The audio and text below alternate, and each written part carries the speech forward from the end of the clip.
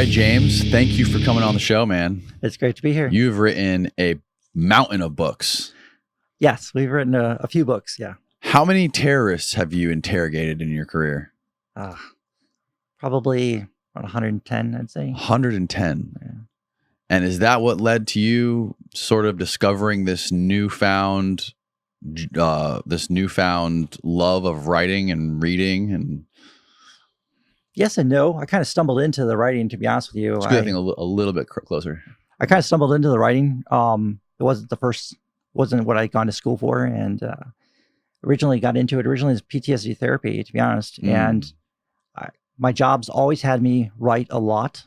In interrogations, you have to write what went on in the interrogation, any kind of intel reports. You got to write up those and do a lot of research on the person you're talking to and your geographical area you cover. And so I had a lot of the skills necessary to be a writer. I just hadn't actually gone that path. And when I was talking with someone at the VA about, how do you make that adjustment from military to civilian?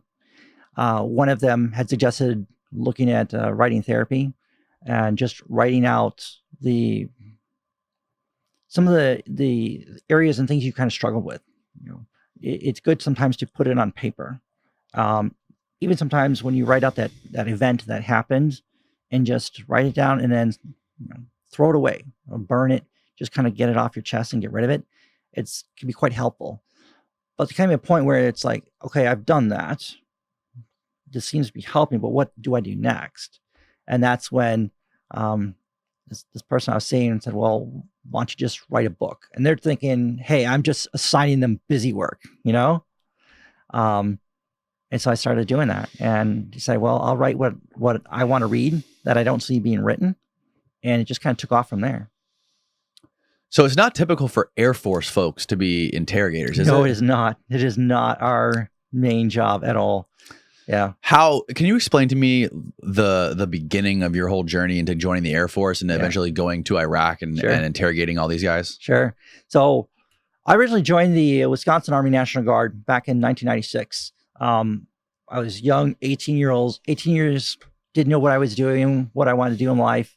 My uncle had been in the Guard for 20 some odd years, but he was active duty. Like he worked there full time, and he encouraged me to just go check out the Guard, get my college degree paid for through them. And then if I really want to make the military a full-time career, I just cross over and do that. And that made sense to me at the time. So that's how I started in the military, is going that particular path. I was in a self-propelled Paladin artillery unit.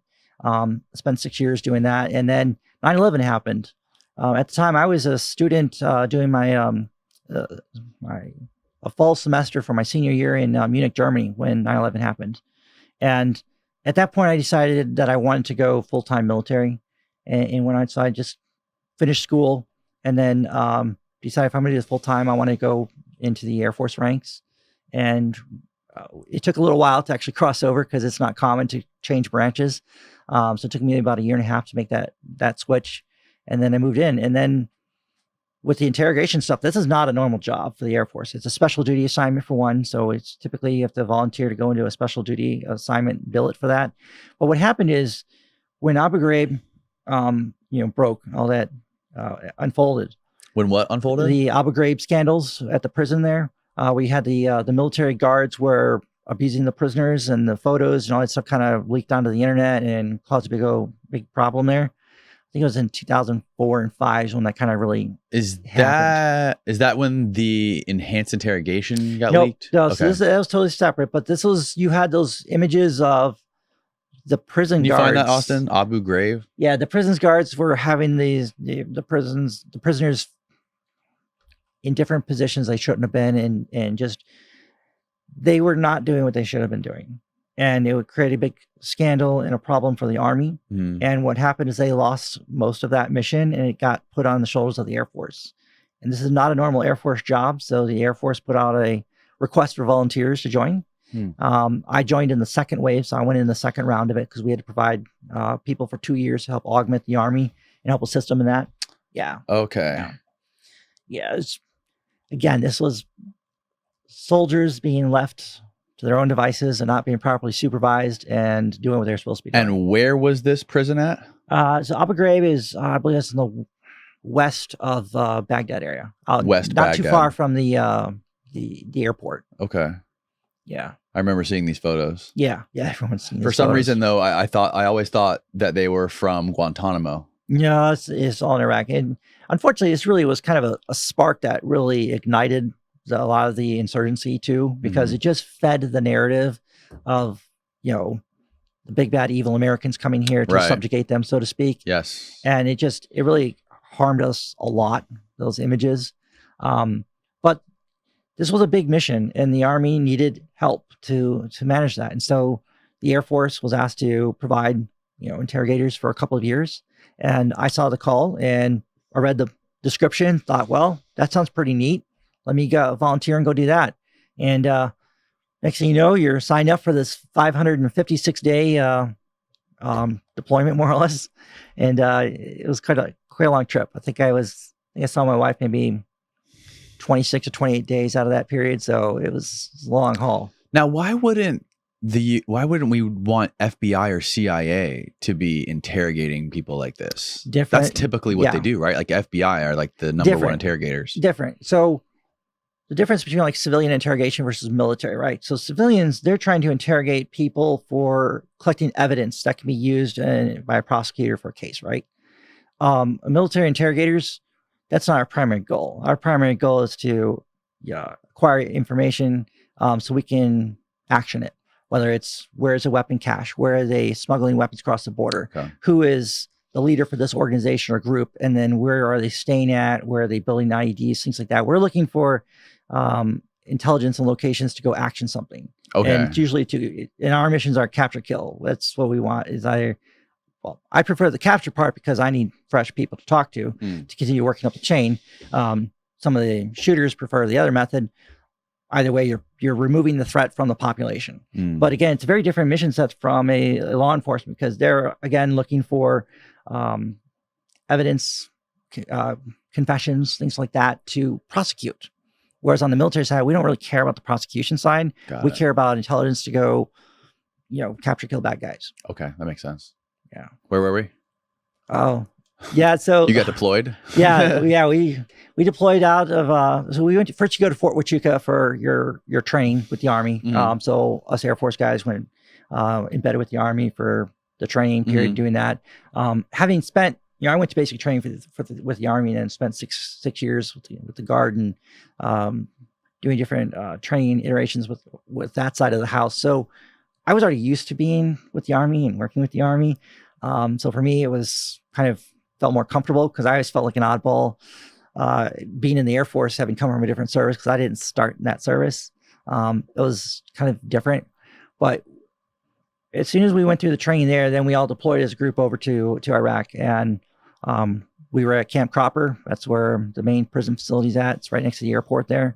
And you're basically broke down into geographical regions. So you have groups that cover the South, the West, the North, and then inside the North, they'll break it down further into different regions. So the region I covered was the Diyala province, which is just north of Baghdad, Baku, Al-Khalis, Muqtadiya. And what year was this? So we got there in, I think it was middle of October, 06. 06. And then we were there through, October 07. So we were there pre-surge, and then we were there for the whole surge. And that was a big difference, big op-tempo difference. It was big change in the war. Like I say, we were there when it was the worst of the war, and then kind of got to see a little bit of that transition into where it actually we started to win the peace, so to speak. Towards the end. And then when I got out, we went back home. I left the Air Force maybe like 6 months after our deployment. At the time I was interviewing with one of the other agencies. Then that one didn't work out there, which thank God it didn't. And which then agency? One of the other three-layer agency groups, because when you do this interrogation type work, you work with some of these groups, and so they're always looking to try to find people who are good at it and move them into their spot. Right. I'm glad that didn't work out that particular way because it would put me on a different career trajectory and path than what I ultimately did. But I still went back to Iraq, for a couple more years with a couple different contracting companies with Dying Core and with Triple Canopy. So I can't recall off the top of my head, but 2006, was that after John Kiriakou went on ABC and talked about enhanced interrogation? It might have been. And was there any sort of talks in your groups, the people that you were there with, about that kind of stuff? Because I know everyone that was talks kind of about like, it. Well, yeah, the TV series 24 with Jack Bauer, right? So everyone thinks that that's what interrogation is like. You just, hooking up, electrodes and shocking people and doing all those kinds of physical things to people. It's really not that. It's interrogations is much more about conversations. It's about a lot of wordsmithing. And on the military side, we were really constrained by the rules and regulations that we had to operate under. So you guys weren't allowed to waterboard? No. Okay. No, that would have landed you in a world of trouble. Really? An arrest. Oh, hands down. Yeah.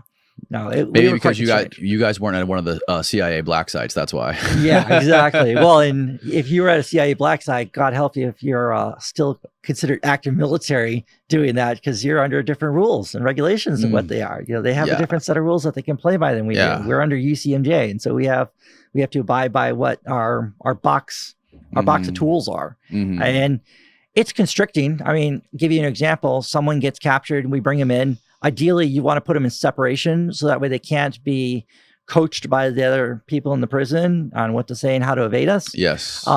But to put them in separation, I got to have a 06 colonel sign off to put them in separation just for, I think it was 72 hours.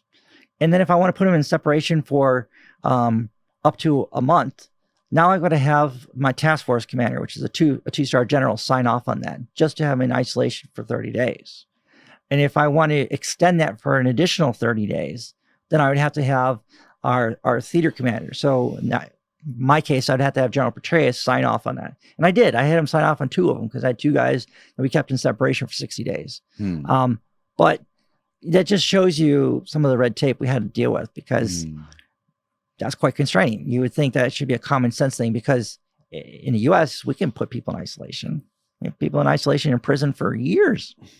But in war, it's considered, inhumane treatment of a prisoner or something like that. But it's not in America. Yeah, I mean, FBI can do this. Prison system can do this, but you can't do that in a war. It's quite interesting, the rules you had to deal with. You'd be very careful with like perceived threats or direct threats to people. You can't directly threaten them. Like, you don't talk to me, then we're going to harm your family. Well, that's a direct threat. That'll land you in a lot of trouble. You're probably going to get relieved and may even face some UCMJ charges. Right.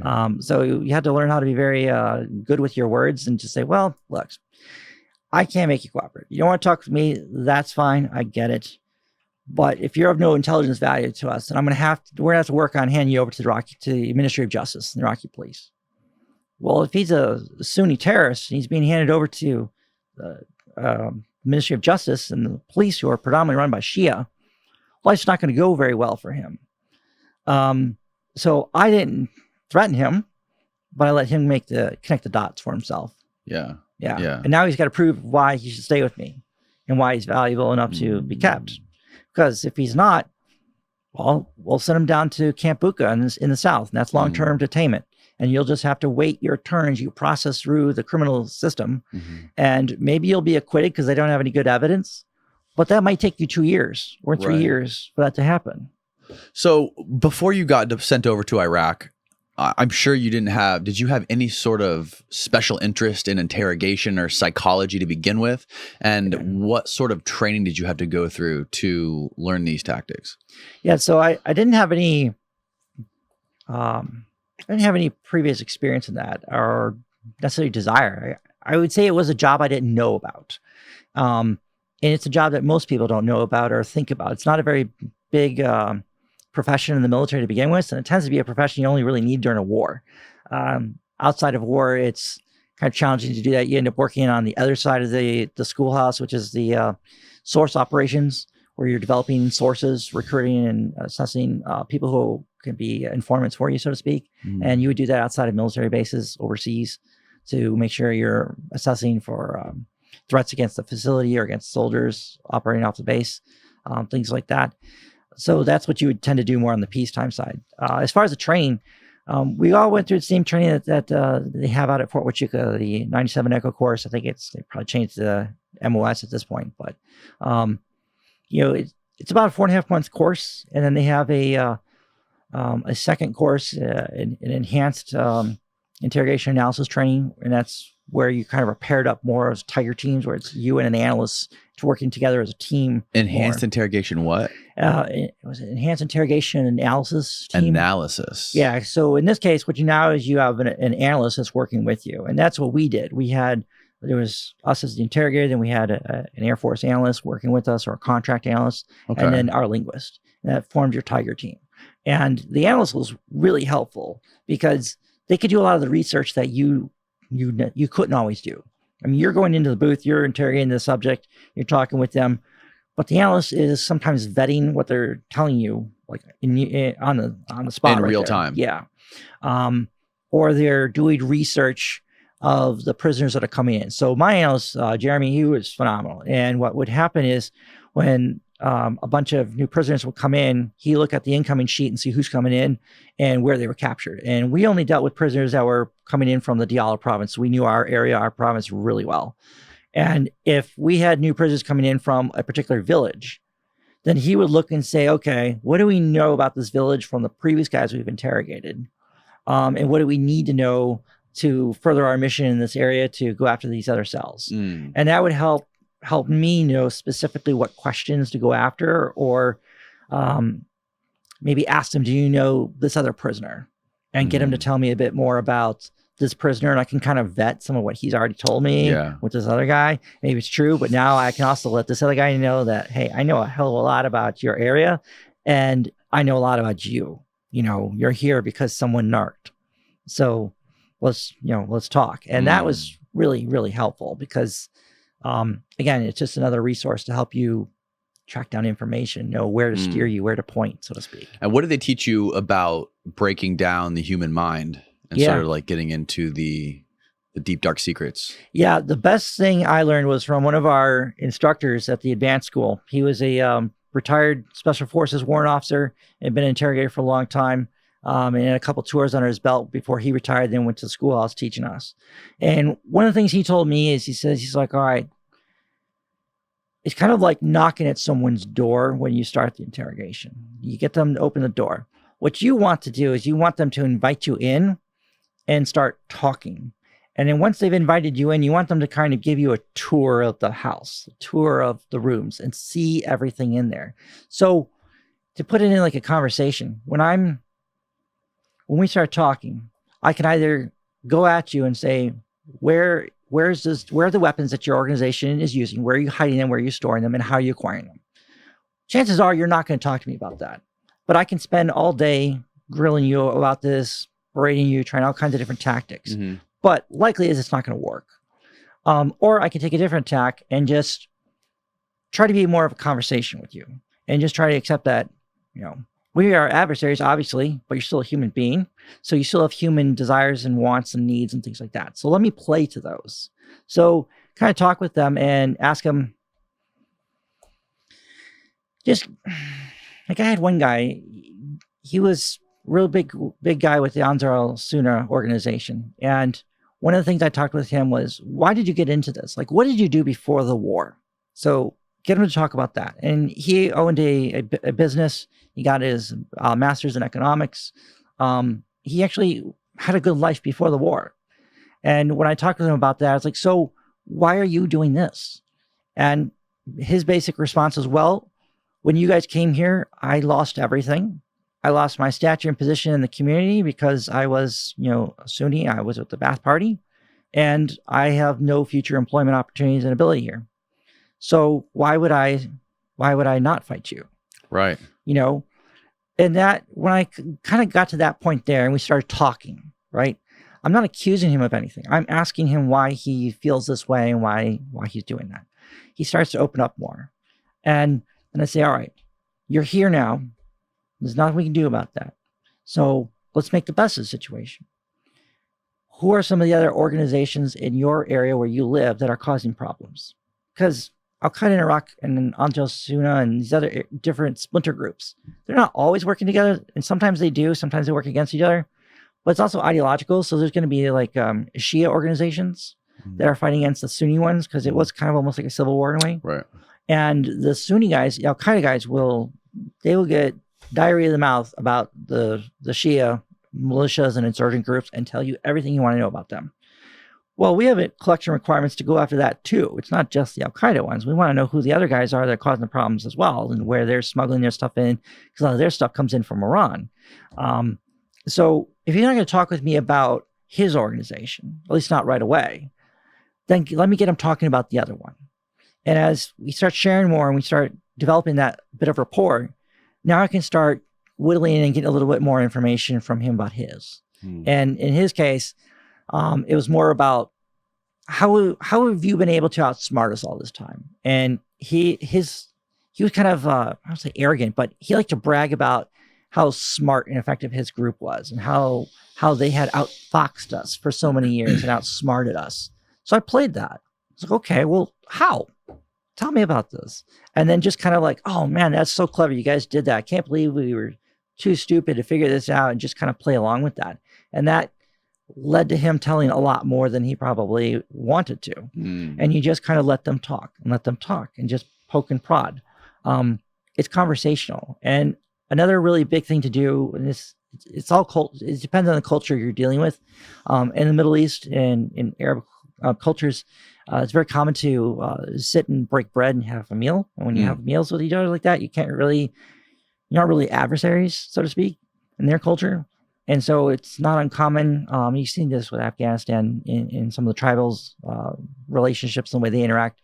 They can be sit and have dinner together and converse normally, and then the next day they're fighting each other, right? Right. Us in the West, it just doesn't compute. Like, why would you do that?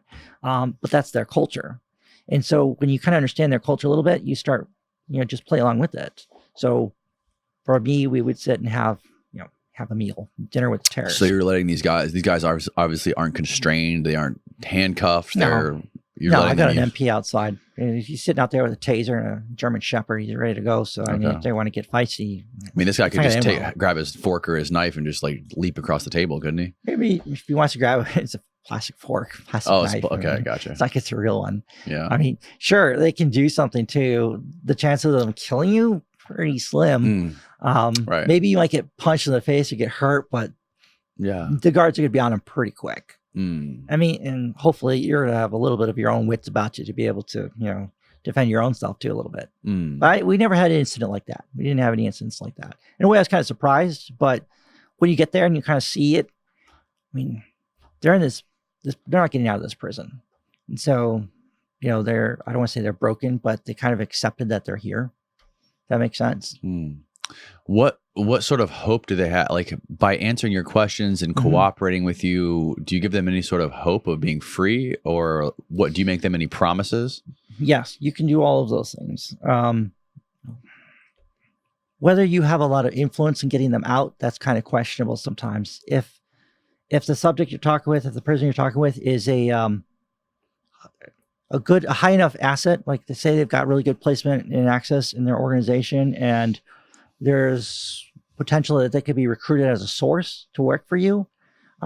Maybe you can have them doing collections for you inside the camp against other prisoners. Or they may be able to get recruited by one of the other agencies to go work outside the camp. That did happen. It's not very frequent, but there was one-off cases where that kind of stuff would happen. Generally speaking, your objective is to get the intel. So if you have to lie to these guys, make up, work with the JAG, the military lawyers, to craft up these cleverly worded, amnesty things, like, hey, confess to all these different things, or tell us about all this, your sins will be forgiven, so to speak. You could come up with a lot of those things as ruses and use those. And I mean, your job's to collect intel. You're out there front. You're not there to get them out of the prison. You're there to get intel. So if it works and gets you intel, great. And once you've gotten everything you need, it sounds callous, but when you've got everything you need, typically they're just transferred down to long-term detainment. That's down south at the other camp. And I mean, you can write up a letter, and you just explain, look, I've interrogated this guy now for X number of times, this many hours. We've talked about these different things here. Is my belief, and based on the information intelligence we've collected up to this point, he's not involved in this, or this is not true, or he's not involved with these different things. And the person has provided substantial information to help coalition forces and help the government of Iraq, and they list out the litany of things they've done. And you can do those kinds of things and put that in their file for them. And then when their file is reviewed eventually by the Ministry of Justice, the prosecutors, there's a lot of times where that holds a whole lot of weight and usually ends up, absolving them from whatever the charge was, because it couldn't be backed up. You got the interrogator and the intel saying the same thing. Those guys usually get to walk.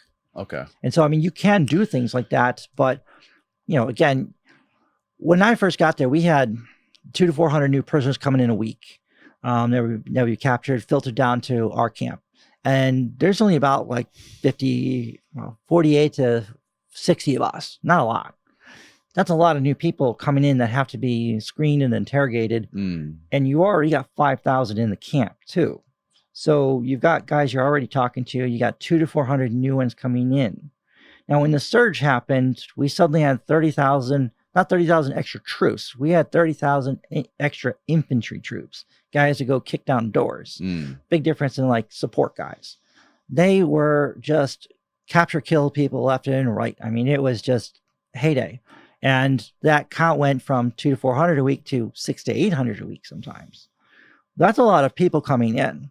And our interrogation numbers didn't go up. We didn't get more interrogators to offset that workload. Right. We just had to work more hours, right, and handle that. So there'd be times where you've got 16 cases you're already handling, 16 guys you're handling, and your section chief coming and go sorry, man, but here's 5 more new ones. And you're like, ugh.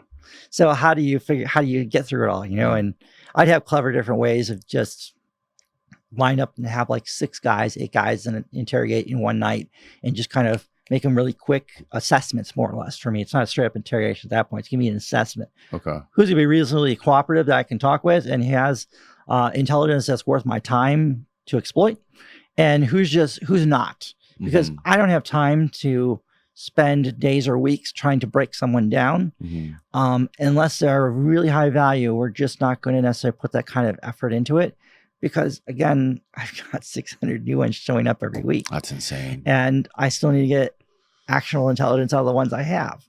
So you really got to balance your time. Did you speak Arabic? Can you speak Arabic? No, I did not. And you wouldn't have been allowed to interrogate in Arabic even if you did speak it. Pardon this brief interruption, but I want to take a second to talk about our sponsor, Verso. Now, if you've heard this podcast before, chances are you already know how obsessed I am with health and longevity, which is why one of my favorite guests to have on the show is nutritional scientist and neuroscientist Dr. Dom D'Agostino, who actually introduced me to this stuff. Verso is a company that is dedicated to translating scientific breakthroughs into products that hold the potential to increase longevity. The problem with aging is we accumulate these zombie cells, or old damaged cells, that linger beyond their useful life. These zombie cells infect other healthy cells, speeding up the aging process, causing things like hair loss, wrinkles, arthritis, cancer, dementia, and everything in the realm of aging. What scientists have realized is that we can manually induce autophagy, meaning the cleanup process of the old zombie cells and replacing them with new ones. Verso's new Clean Being, which I take every night, is a powerful blend of senolytic molecules that help promote the body's natural cleanup processes like autophagy and apoptosis, promoting better cellular health, supporting lower inflammation and natural cardioprotective functions, while boosting protection against age-related diseases. The 3 main ingredients in Clean Being are spermidine, luteolin, and dihydroquercetin, which play key roles in the control of gene expression and are essential for cell growth and proliferation, specifically when it comes to cardiovascular and cognitive function, skin health, vision, and the immune system. Head on over to ver.so and use the coupon code Koncrete at checkout to save 15% on your order. I linked it all below. Now back to the show. Based on the rules and everything that was in place there, we had to work through an interpreter. So all of our interpreters were U.S. citizens. Usually they had secret or top secret clearances. But your question had to be asked in English. The interpreter would interpret it into Arabic, and then they would interpret it back and then back to you. that's how it had to be done, because all of our interrogations were video recorded and monitored. So other agencies could pop in to just check and make sure you're abiding by the rules and regulations, and do spot checks. And they have to hear that you are asking the question in English, because they may not speak Arabic. And if you do speak Arabic, and you could be asking questions you're not allowed to ask, making threats, making insinuations that you're not allowed to insinuate or do. Right. And languages mean different things in English versus Arabic, and so it's got to be very clear what it is you meant to say. Okay. Yeah, very rule. It's quite rule based. It was after that 2005 Detainee Treatment Act that Senator Feingold and Senator McCain kind of shackled us with. They really put the chains on us. Interesting. Yeah, not fans of those guys. Now, what did you learn from, say, your first interrogation you ever did over there until like your 100th interrogation? Yeah. Like, so what did you learn personally about these people? Yeah. And what did you learn? Did you learn anything about yourself and the human mind? Yeah. Like, how did you evolve? So I talked to probably about 110 or so, maybe people, maybe a little more, maybe a little less, but probably in total about 550 interrogations, I think, over maybe about 2,100 hours, give or take, in that year. So it's a lot of time to spend with these guys. My first interrogation, what I learned is these guys will lie through their teeth to get out of what they got apprehended for. Is they're just going to lie, incessantly. And it's kind of your job to figure out, okay, well, what is it what are they lying about? How can I turn this lie into something that I can work with? And a lot of it goes back to trying to recognize that we are adversaries, but they're still a person. And if they're a person, they've got needs, wants, and desires. So how do you work those needs, wants, and desires to your advantage to get what you need? Because again, it's different than a criminal. I'm not trying to prosecute the guy. I don't care if he's guilty. I care if he has intel that leads to the capture kill of his comrades, and to remove these violent extremists from the community. We can't end the violence in the cities and in the villages if we don't remove these people from the streets.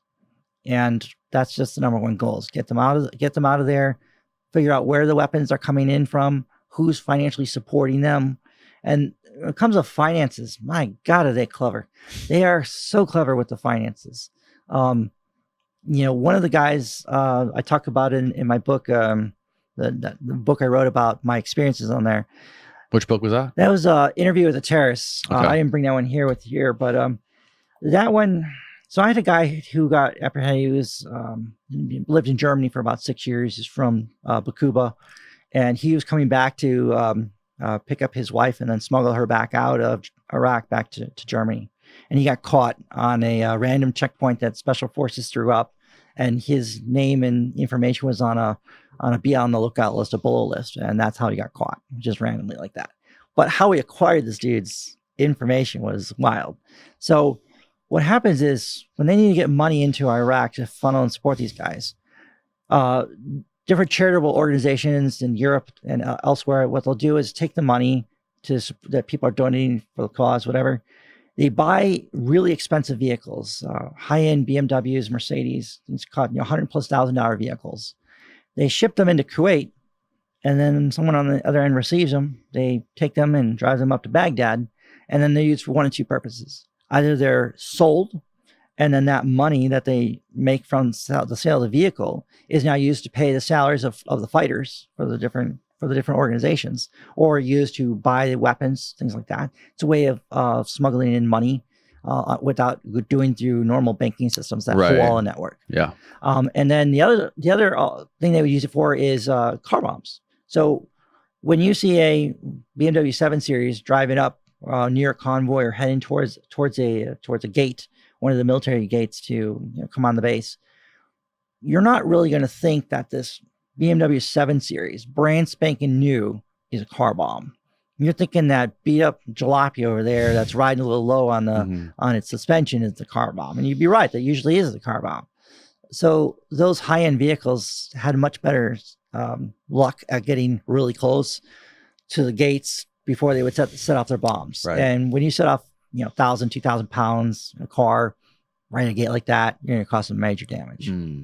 So what happened is, when one of those incidents happen, we look at all the evidence that's left behind, right? The vehicles. So you find the VIN numbers for the vehicles, you put it all down there, you keep track of the VINs.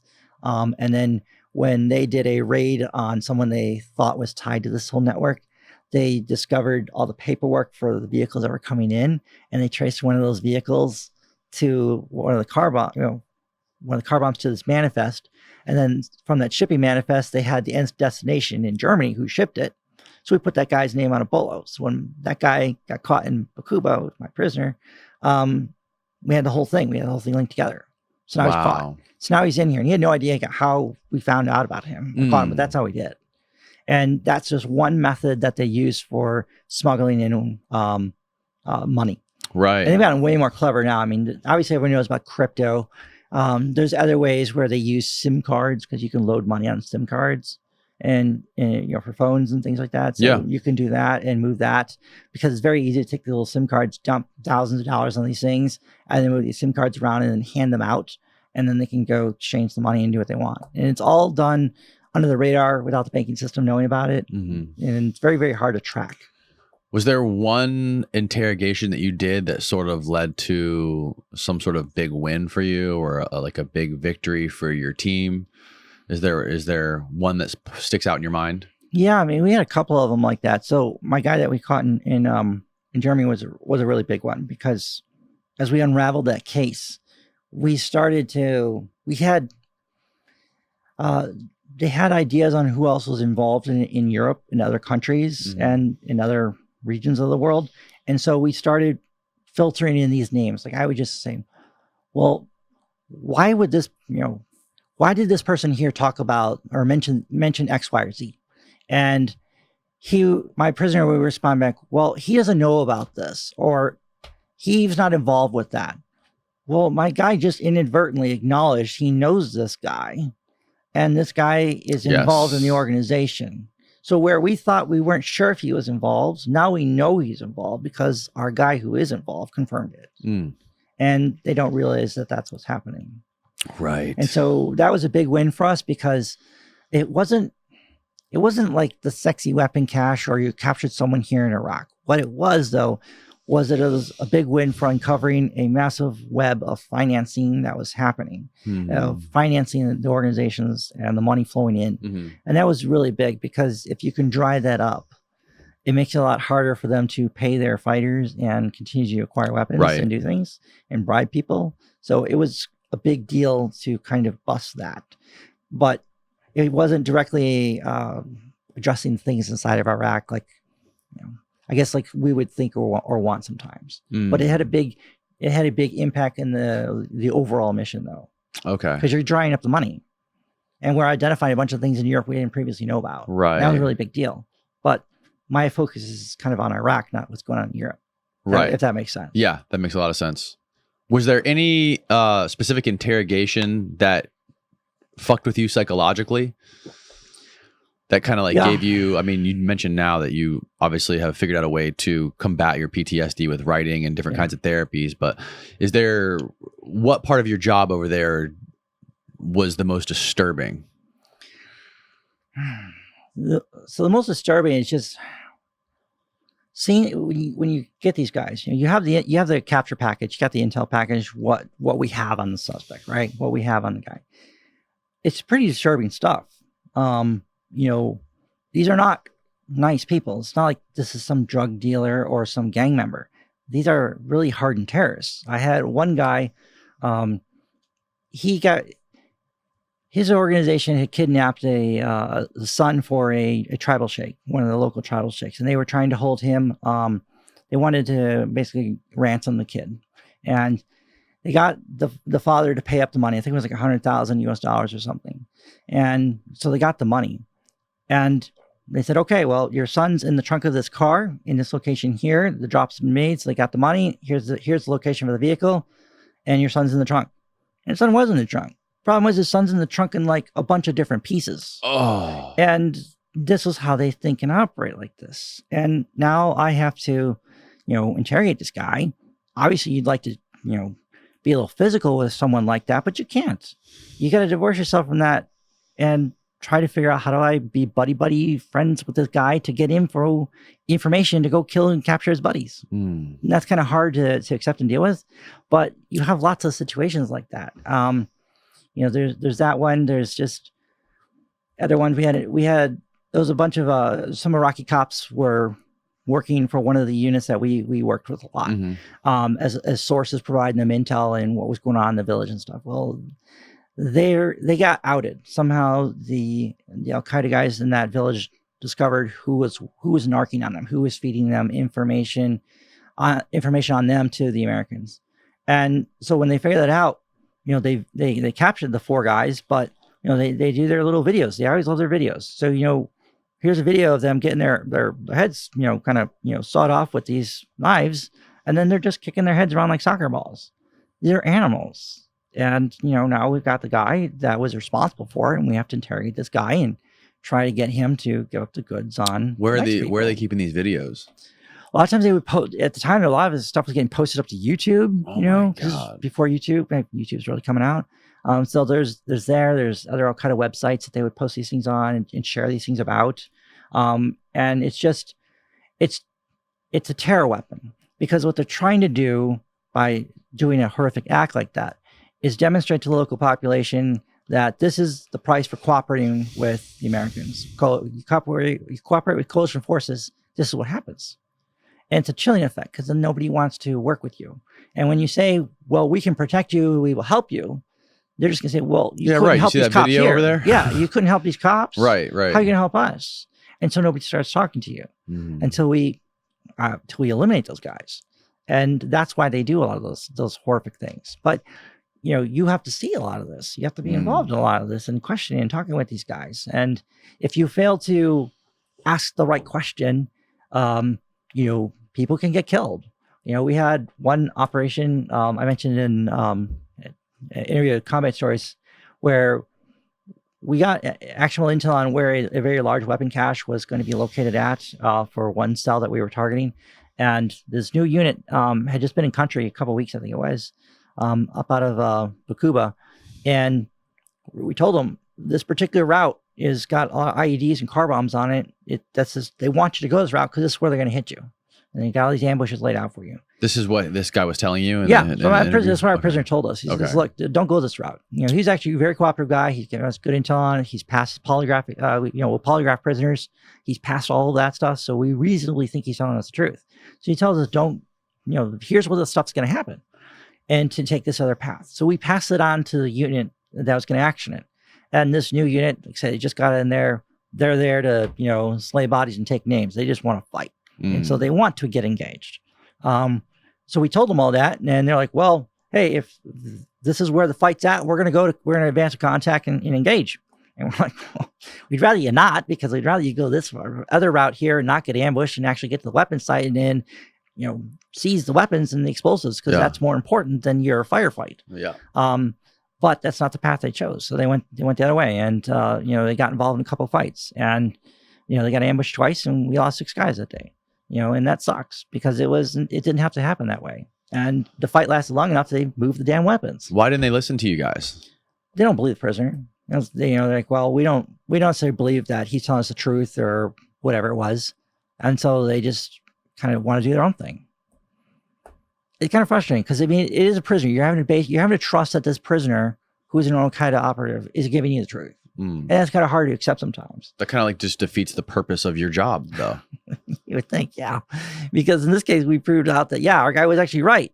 It helped validate his future stuff, because now everyone believed him a whole lot more than they did before. He passed the polygraph twice. That wasn't enough for some people. But when the car bomb and the ID went off in the exact freaking locations he said they would, well, now they kind of believed him a little bit more. And his subsequent information was treated a lot more credibility, so to speak. And other times you just forget to ask a question, right? I think I mentioned this in the other interview was I had a 15-year-old kid that we were interrogating. And we don't usually interrogate kids, but this kid got caught placing an IDA on the side of the road.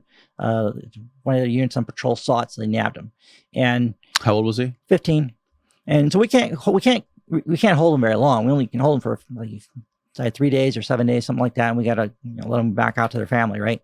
And so, when I have the guy, we're doing different tactics of trying to scare him into cooperating and talking, and the target was his father and his 3 brothers. They ran this big IED cell up in northern Baghdad area, and that's what we were trying to go after, was to get these guys. How'd you figure that out? Just because we had a lot of intel on this family, this area. It was just at the edge of the Diyala province in Baghdad proper, so that region up there was just a lot of IEDs and car bombs going off, and we kind of knew who was doing it.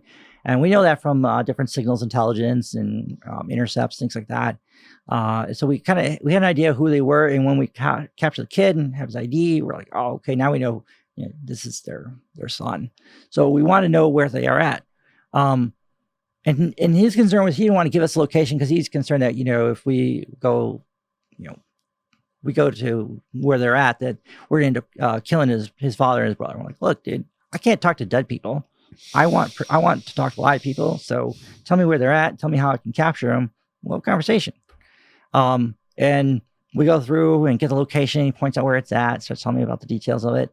And you just forget sometimes to make sure you get everything. So like when a door opens, is it open in or out? And does it have a lock on the top and on the floor and in the center? You need those kind of details, all those little pieces of information. Same with windows. Do the windows have bars on them? Are the bars on the outside, on the inside, or are they built into the wall? You got to know all those little nuanced questions and things to ask. It's a whole litany of things you need to make sure you kind of go through when they start cooperating and start giving you information. Because if you don't get that information right, when the unit goes to action it, they may try to bust the doors in, and because they see that the door's going to go in, and so they use the ram, they're thinking, oh, we'll just ram it and go in. But if there's locks on the tops and the bottoms, they're not going to know to have a shotgun with the slug to bust it open. Right. So when they start ramming this thing, it's going to take them a couple of hits. Mm-hmm. And those couple of hits are going to delay your entry by seconds.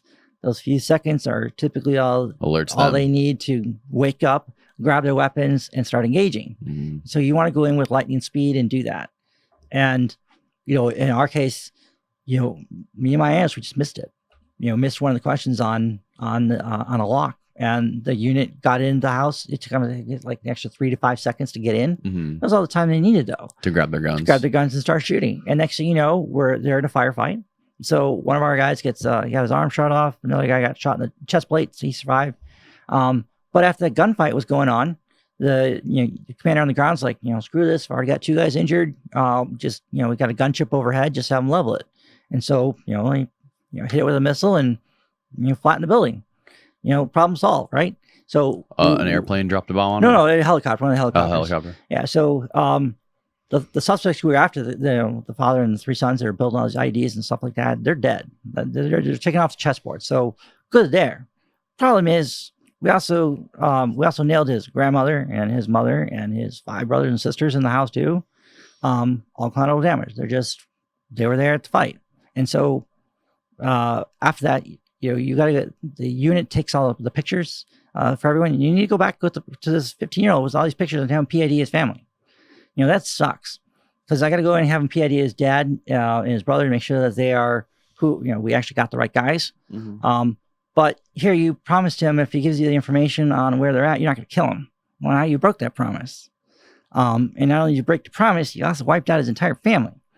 So kind of like the burning hatred in that kid's eyes. Yeah. It's like, yeah, we just made a terrorist right there. Yep. Hands down. And you don't think about it at that moment, at that time, because as soon as I'm done talking with him and confirm that we got the guys, I'm already on to the next interrogation and then the next one and the next one. I have like 3 or 4 or 5 of these a day. And it's just a repetitive cycle over and over and over. And before you know it, an entire year's gone by. I can imagine you become numb to this stuff. You do. And you don't really even think about a lot of it. It's not until you come home and things start to slow down that you start to have some more of these problems. And for me, I didn't encounter a lot of those kinds of problems until probably like 2014, 2015 is when things really started to get bad. Because at that point, I've now, I'm out of Iraq. I'm out of the intel stuff. I'm not working in Europe doing that anymore. I'm back home. I'm completely out.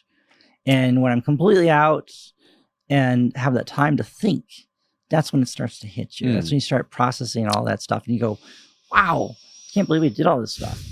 You know? You just explained the hit on that kid's family who was making the IEDs and dropping the bomb on the house and leveling them. How often would mistakes happen where you would kill a family that was innocent and or have some guys bust into somebody's door and you got the wrong guys, you kill the wrong people?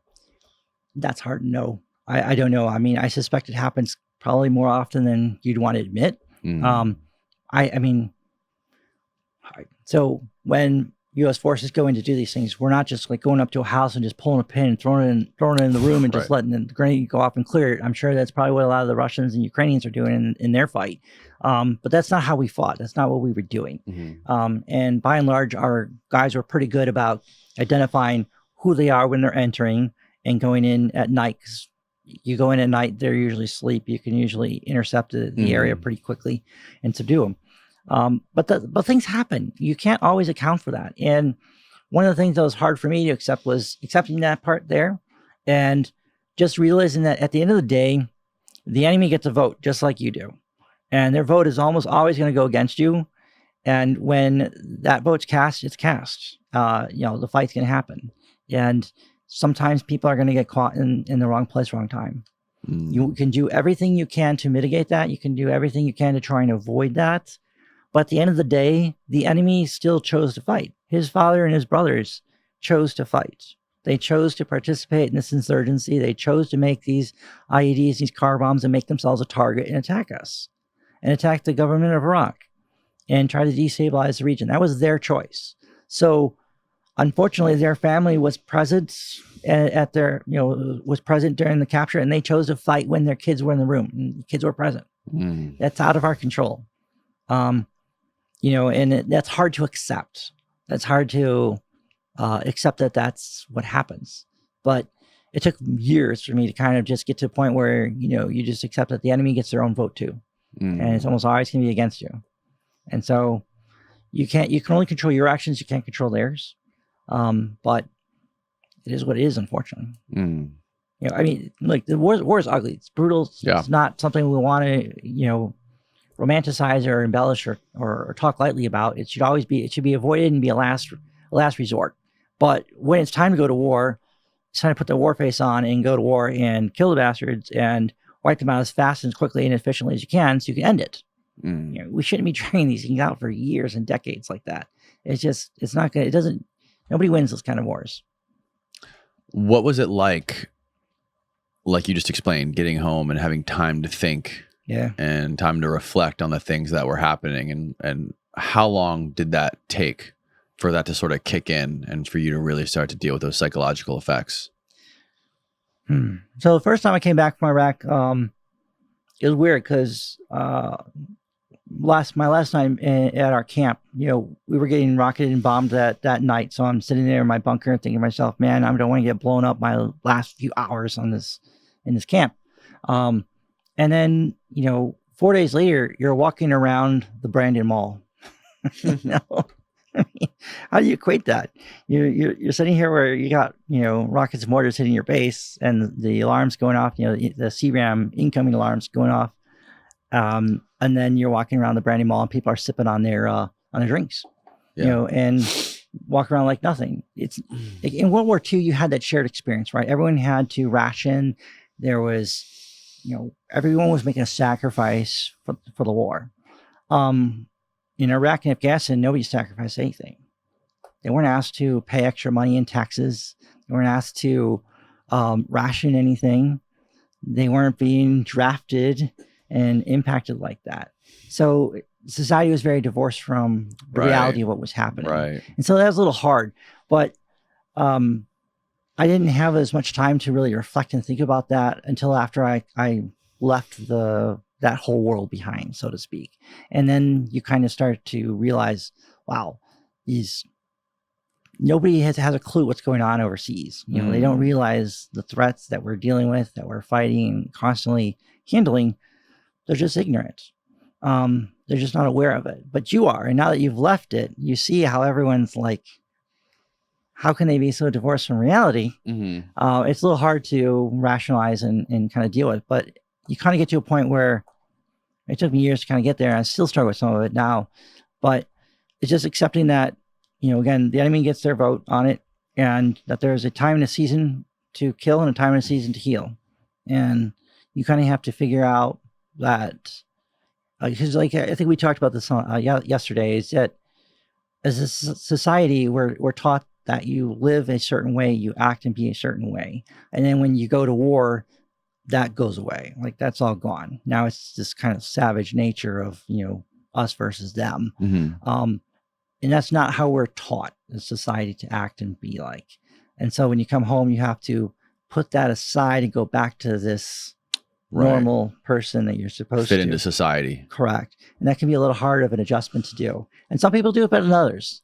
And some people just really kind of struggle with that. I don't know if it's situation, training, what really causes some people to struggle with it more than others. Sometimes it's just like an accumulation of everything you have seen and done. It just can be so overwhelming. I mean, I struggle with it a lot. And I think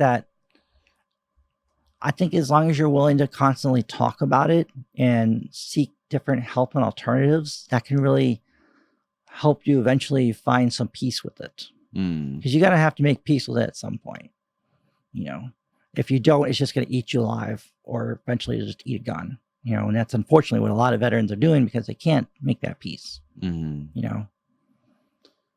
How long did it take before you started looking into different types of therapies to combat your depression or your PTSD? So originally, the VA loves to go the pharmacology route, right? So that's their first choice.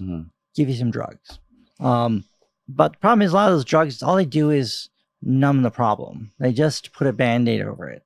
Like, I remember when we were in Iraq, dude, we would get super stressed out with our job. Just all that crap you're having to see all the time and deal with all the time. And then on top of it, you still got these freaking rockets and bombs hitting your base and dealing with that. And then you got issues with home. You got your superiors, your management, we like to call them. Maybe they're good, maybe they're not. It was quite stressful. But they had these combat stress clinics you can go to. Over there? Yeah. And I remember going there, and one of the psychiatrists, he gave me a prescription for Lexapro. Man, I wish I'd gotten that when I first got to Iraq. That made me like the coldest, detached interrogator I could possibly be. What kind of drug is that? So Lexapro is an SSRI type drug. So SSRI. So what it basically kind of does is suppresses some of your emotions. Your dog could die and you just wouldn't care. You could stare at you just didn't care. It just really kind of deadened you a little bit. And in our job, that was quite helpful to kind of deaden some of that. So that way you could just wade through this mountain of shit and kind of get through it without losing your mind.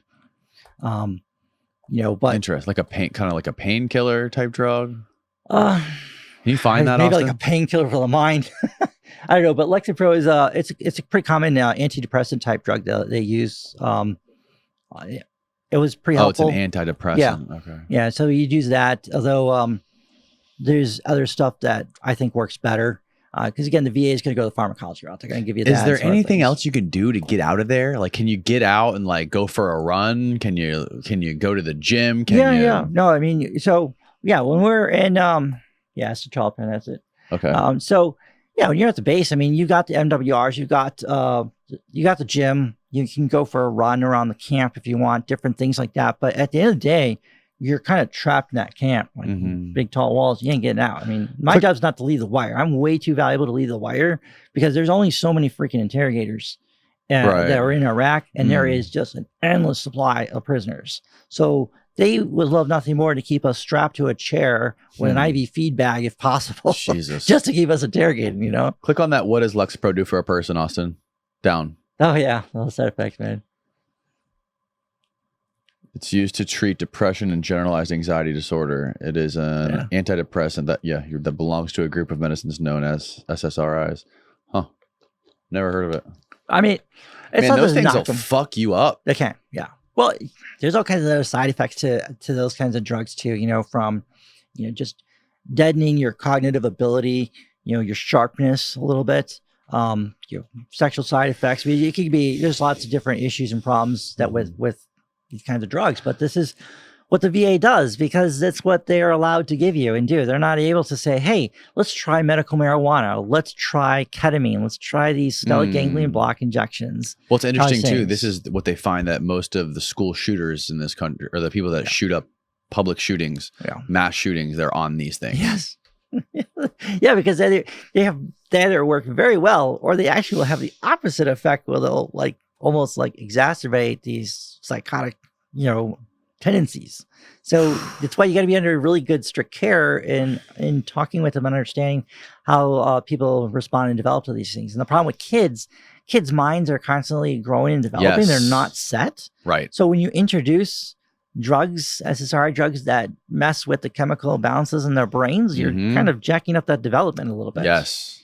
And it's really dangerous. That's why they talk about marijuana actually on people who are, I think it was under 25 or 23, actually can have really bad problems in the brain, actually lead them to develop, schizophrenia or bipolar. Yes, there is study. Problems. That's been shown. Yeah, there's lots of psychedelic drugs that have fucked with kids that have done it too much or abused it at a young age. Yep. And it damages them because I think it's cool and fun and want to continue to do that. And we as a society are like, oh, whatever, it's just marijuana. That can get addictive. No, it's not about getting addicted. It's about altering their psychology, their mind as they're developing and getting older. This is something I talk about all the time too, because if you look at, I don't know how big the percentage is, but it's got to be more than 80% of kids in America that are in their teens are prescribed Adderall. You know why? Here's the problem. We don't let kids be kids.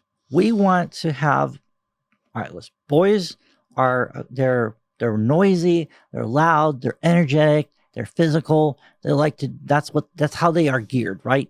But we've stopped having kids have recess and play and just be boys and just be kids. Right. We want them to all be like these neutered little saints that just sit there and look nice and just yes, ma'am, no, ma'am, and do school. But that's not how their brains are wired. Right. That's not how psychologically they're built. And we're not letting them do that. And, how do you combat that? You pump them full of Adderall and SSRIs. And then you screw them up mentally because now they don't know how to, they become teenagers and then adults, young adults, and they don't know how to interact with other people and talk normally and say, hey, you and I, we could be politically opposite or totally disagree, but we can still be friends and go have a beer. That's okay. Just because you're a Dolphins fan and I'm a Bucks fan doesn't mean we have to kill each other. I mean, that's we have to get back to that kind of mentality. It's okay to disagree. Right. Yeah, it's scary to think about what kind of effect that's having on people. That combined with the, social media and people just communicating through phones and through text messaging and, watching videos, even with war today, people now you watch what happens. And I don't know if this is the first war, this Ukraine war is the first one that we've had just a front row seat view. Oh, it's been brutal. Absolutely brutal. Seeing all that stuff going on there. And I see what's happening and I see that so many people are just getting maimed from the artillery, from shrapnel, things like that. And you're talking about a whole society that's just going to have all these people are just maimed and injured, and you're just watching on the front row, and it's brutal. I'll see these pictures of a copter drone dropping, a hand grenade on a couple of soldiers unsuspectingly in a trench and go off, and you can read the comments and just see everyone is just cheering it on and whatnot. It's like, those are two people down there, okay? Those guys just got maimed and injured from that hand grenade. Maybe they are killed. They may be the enemy, but, let's not celebrate their deaths, Right. And we're desensitizing ourselves to the point where we're not seeing our fellow humans as humans. And it's this video game mantra. It's like, okay, well, Ukraine war is just a giant video game, right? Just video game it.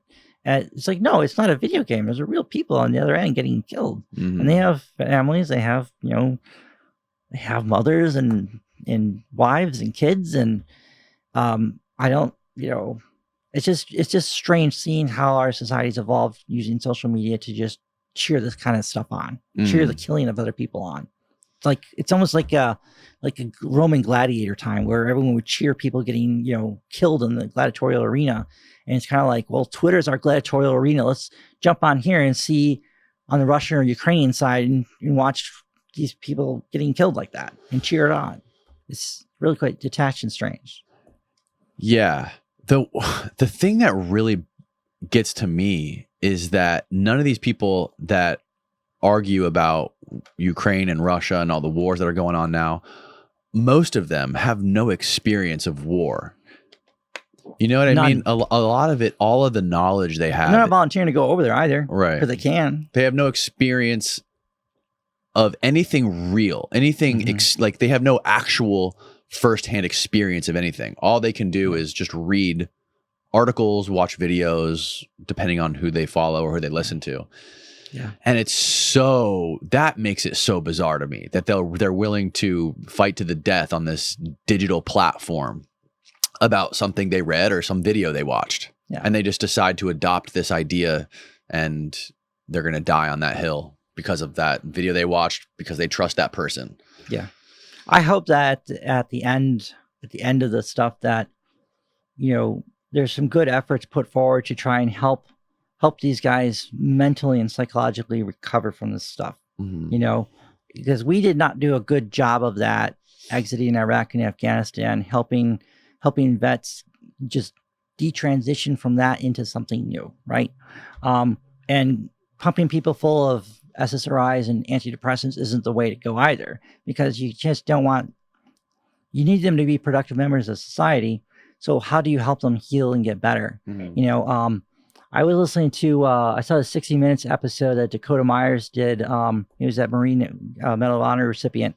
He did a 60-minute episode on that stellate ganglion block injections, SGB injections. It's basically a nerve in the neck here that they do a nerve block on. And so when someone gets triggered, right, the brain sends that fight or flight signal down to your heart, and dumps adrenaline, gets you kind of riled up and going. Well, when they numb that nerve, when they do that block, when that fight or flight happens, it goes down and hits the block and bounces back. And it's almost like resets you a little bit. It gives you that, it kind of quiets things down, so to speak. I guess like way to explain is when you're in that moment, you feel like everything's kind of closing in, like you just have that anxiousness, that jitteriness. The SGB, when they do that injection, it just kind of like calms things. And how else to describe it? It's kind of more of like a calming, allows you to not be as jumpy and jittery and just no fuse, right? You just what is the injection? What are they injecting? So they're injecting lidocaine. It's like a nerve block that they do on the neck. There's two nerves on either side. They only do them one at a time because it'll sometimes it can leave part of your face like a little numbed or drooped for an hour or two, and then it goes away. And sometimes you can only need one injection. And it can last you, a year, 2 years. Sometimes you may need 3 or 4. It just depends on how your body responds to it and kind of the severity of the trauma too, because the brain has gone through a lot. Yeah. It has its synapses are very wired for certain things that triggered all the time. You have to try to redo that now. So the SGB is really good for helping to block those triggers, like give you that extra fuse, so to speak, and help quiet it down a little bit. But you still have to do the rewiring of the brain. And that's where you've seen some guys using some of the different psychedelic drugs. Yeah. Over, you should go to Mexico and do them and whatnot. And that helps with that. A lot of that. Ketamine actually is a really good one. Yeah. Ketamine. And I've also heard of, what is it? What is like the mushrooms they do? No, not mushrooms. What's the other one? MDMA. Oh yeah. Yeah. Was it? Yeah. I haven't done the MDMA one. I've done the ketamine one. I think that works really good, but there's different ways of doing the ketamine. There's oral and there's IV. There's a guy here in Tampa who does them. You said that you were one of the first people to try some sort of special therapy in Tampa. Yeah, the ketamine, doing the ketamine. That was the ketamine. Yeah. The way he does it's really great. So when you go on a psychedelic trip, right, and you do that, you're out cold. Okay, you're out. But you can, like, you're gonna fall asleep into this thing. You're not like cognitive. Like I couldn't carry a conversation with you when you're down with a ketamine trip like that. But it can either be good or it can be very bad. And so one of the things he does to help ensure that you have that it works out good for you, because I've had the bad ones too. Right. When Like a bad trip. Yeah, when I'll do the oral ones, those never work out well. But the what he does, he puts a benzodiazepine in it, it's a happy drug. You know, I always used to joke and say with interrogations, that's how we should be doing interrogations, pharmaceutical interrogations, because there's no torture, there's no physical harm to them. You just give them a happy drug and they'll just spill the beans. Right. And then give them ecstasy. And then when the drug wears off, they don't even realize what they did and everything. And there's no harm, no foul, so to speak. Yeah, they just want to run around and give everyone hugs. So yeah, that should be the future of interrogation, personally. But so he gives you he puts a little bit of that in before you do the ketamine. Okay. And then when the IV ketamine, when he would do that, I'm out 15 to 25 minutes usually before I'll kind of wake up from it. Man, I'll tell you, that is the craziest trip in the world. It's literally like being in the movie Inception in the Matrix at the same time. Crazy. So when you're what kind of a drug is it? You're falling into like a dream and then a dream and a dream. Right. And I swear to God, I could be down for 15, 20 minutes and I feel like I've been gone for years sometimes. Like whatever. It's insane. What exactly does ketamine do to you? How does it work? What is the mechanism of action? Yeah. So basically a lot of this stuff kind of helps to helps the brain to kind of rewire itself a little bit. So when you have a trauma, like say for instance, for me, one of my big triggers is smell. Because I worked in the camp, I got 5,500 sweaty, dirty, smelly people. And that's a lot of feces and food and just nasty crap, right? So a trigger for me was dirty diapers, believe it or not. As soon as I would smell dirty diapers from one of our kids, it would just, put me right back in the camp. Or if I'm walking, like when I was working in Chicago and I walk on the sidewalks and walk past an alleyway and I'd smell some of the trash from there, it's just instantly you're back and you feel that trigger right there, because that for me that was my trigger. Yeah, well, it kind of helps rewire some of that. They say scent is the strongest sense tied to memory. Yeah, I believe it. For me, that was the big one. For me, it was scent. It was almost always scent. I'd smell certain scents, and that for me would always kind of transport me there. And there was this other song, I swear, it's this crazy song. So this Gwen Stefani song, "Sweet Escape," right?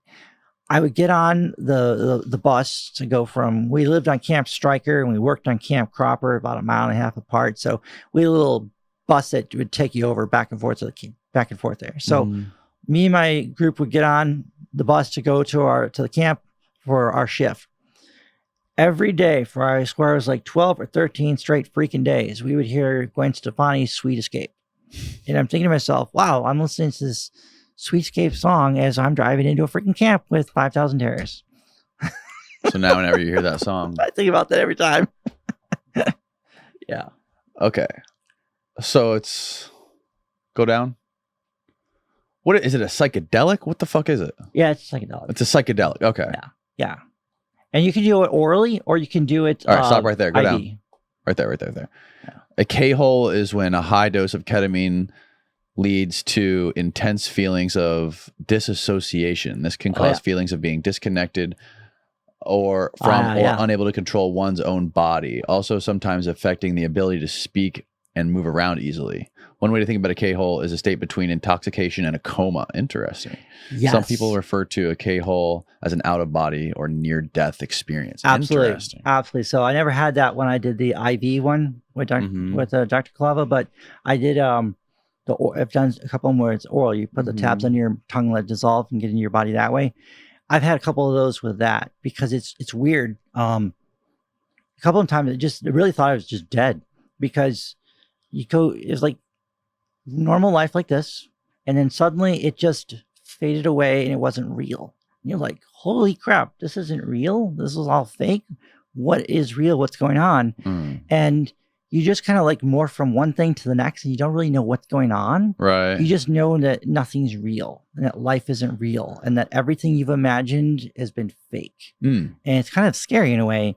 And then the couple of times that happened to me towards the end, I just kind of like found myself eventually in this black, empty space where there's no sound, there's no heat, there's no cold, there's no nothing.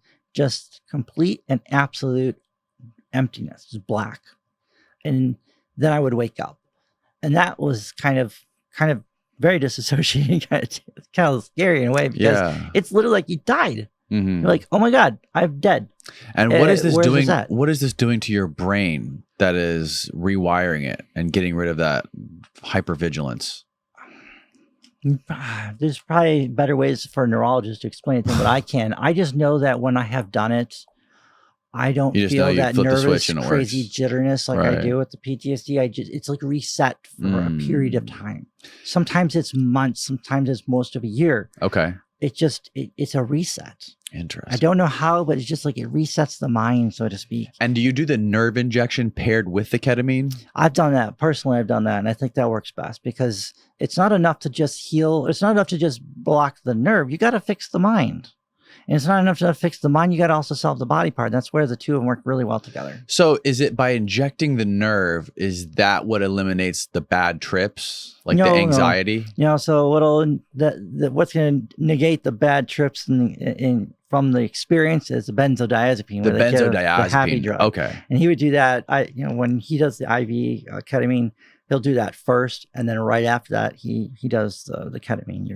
Okay. It's instantaneous once it hits your bloodstream. You're down. Okay. And so explain to me again how the nerve injection helps. Yeah. So what that does is it kind of like, I think Dakota might probably explain it better than I is like walking through a city street where it's loud and noisy and suddenly it's a quiet forest. It just kind of slows things down, kind of just. And it's what it's doing is sort of just inhibiting your fight or flight. Yes. Okay. Yeah. I mean, it won't completely. It doesn't 100% stop it, but what it does is really, really slow this sucker down. Okay. Like really big. And you're like, hey, that's not so bad. I don't need to be ducking in a ditch or reaching for a gun right now. It's okay. Right. It gives you that moment you need to kind of come to that realization, And I think for the longest time, we don't allow veterans and people to explore that and look at these other homeopathic ways to treat people or these other ways of looking at that because there's no money in it. Well, no, it's not that there's no money. There's I think there's plenty of money to be made in this stuff. The problem is it comes back to FDA regulations. So in the 70s, they kind of outlawed a lot of drugs. You had marijuana was illegal. You had LSD and ketamine, different things like that became illegal drugs. And when they became illegal, there was no further studies. And so you're missing like 40 years worth of scientific study and research on these drugs to see how they actually do affect the mind and help people. Right. Whereas other countries, they continue to evolve and develop that. And that's why you see veterans and other groups going overseas to get treated for that kind of stuff because they do use it over there. It works. Recently I read something I was completely ignorant to, was that overseas in countries in Europe, they use testosterone therapy for depression and anxiety and ADHD. And there's a whole slew of conditions that they can treat with hormone therapy, like testosterone or estrogen for women. Yeah. Yeah. I mean, if you're short some of these things, it's going to cause you problems. And that's unheard of in America. I know. It's unheard of because it's cheap. Testosterone is cheap. So easy. Unbelievably cheap. Yep. It's like if there's a cure for cancer, we'll never know about it because there's way more money involved in treating it than curing it. But why not just charge the cure? That's the deal. And why not just say, okay, well, the cure for this is $500,000. I mean, did you ever try LSD or mushrooms? I've not tried the LSD. I've done the microdosing on the mushrooms. Okay. That's a little hard to figure out your dosing levels. I haven't really spent enough time tinkering with it, to be honest with you. I mean, you don't need a prescription. It's legal to do that. I just haven't really tinkered with it. I tried it once. It was fine. Tried another time. Just kind of left me like I really wasn't able to focus and do what and continue to work and whatnot. And so I just haven't spent a lot of time tinkering with it, to be honest with you. Okay. I'm too incredibly busy too. Right. To lose like a day to try something, you tinker with it. And okay, well, this didn't work. Let me lose another day while I test this, and maybe it'll work, maybe it won't. But nothing worked as good as sitting down and writing. Well, I mean, the writing is, I think, basically a long-term fix for me. That helps a lot because at the end of the day, you got to find something that you can still support yourself and your family with, right? You don't want to become dependent on some, disability pension or handouts, things like that. You gotta make yourself a productive member of society. And I think for me, writing has been a great therapy.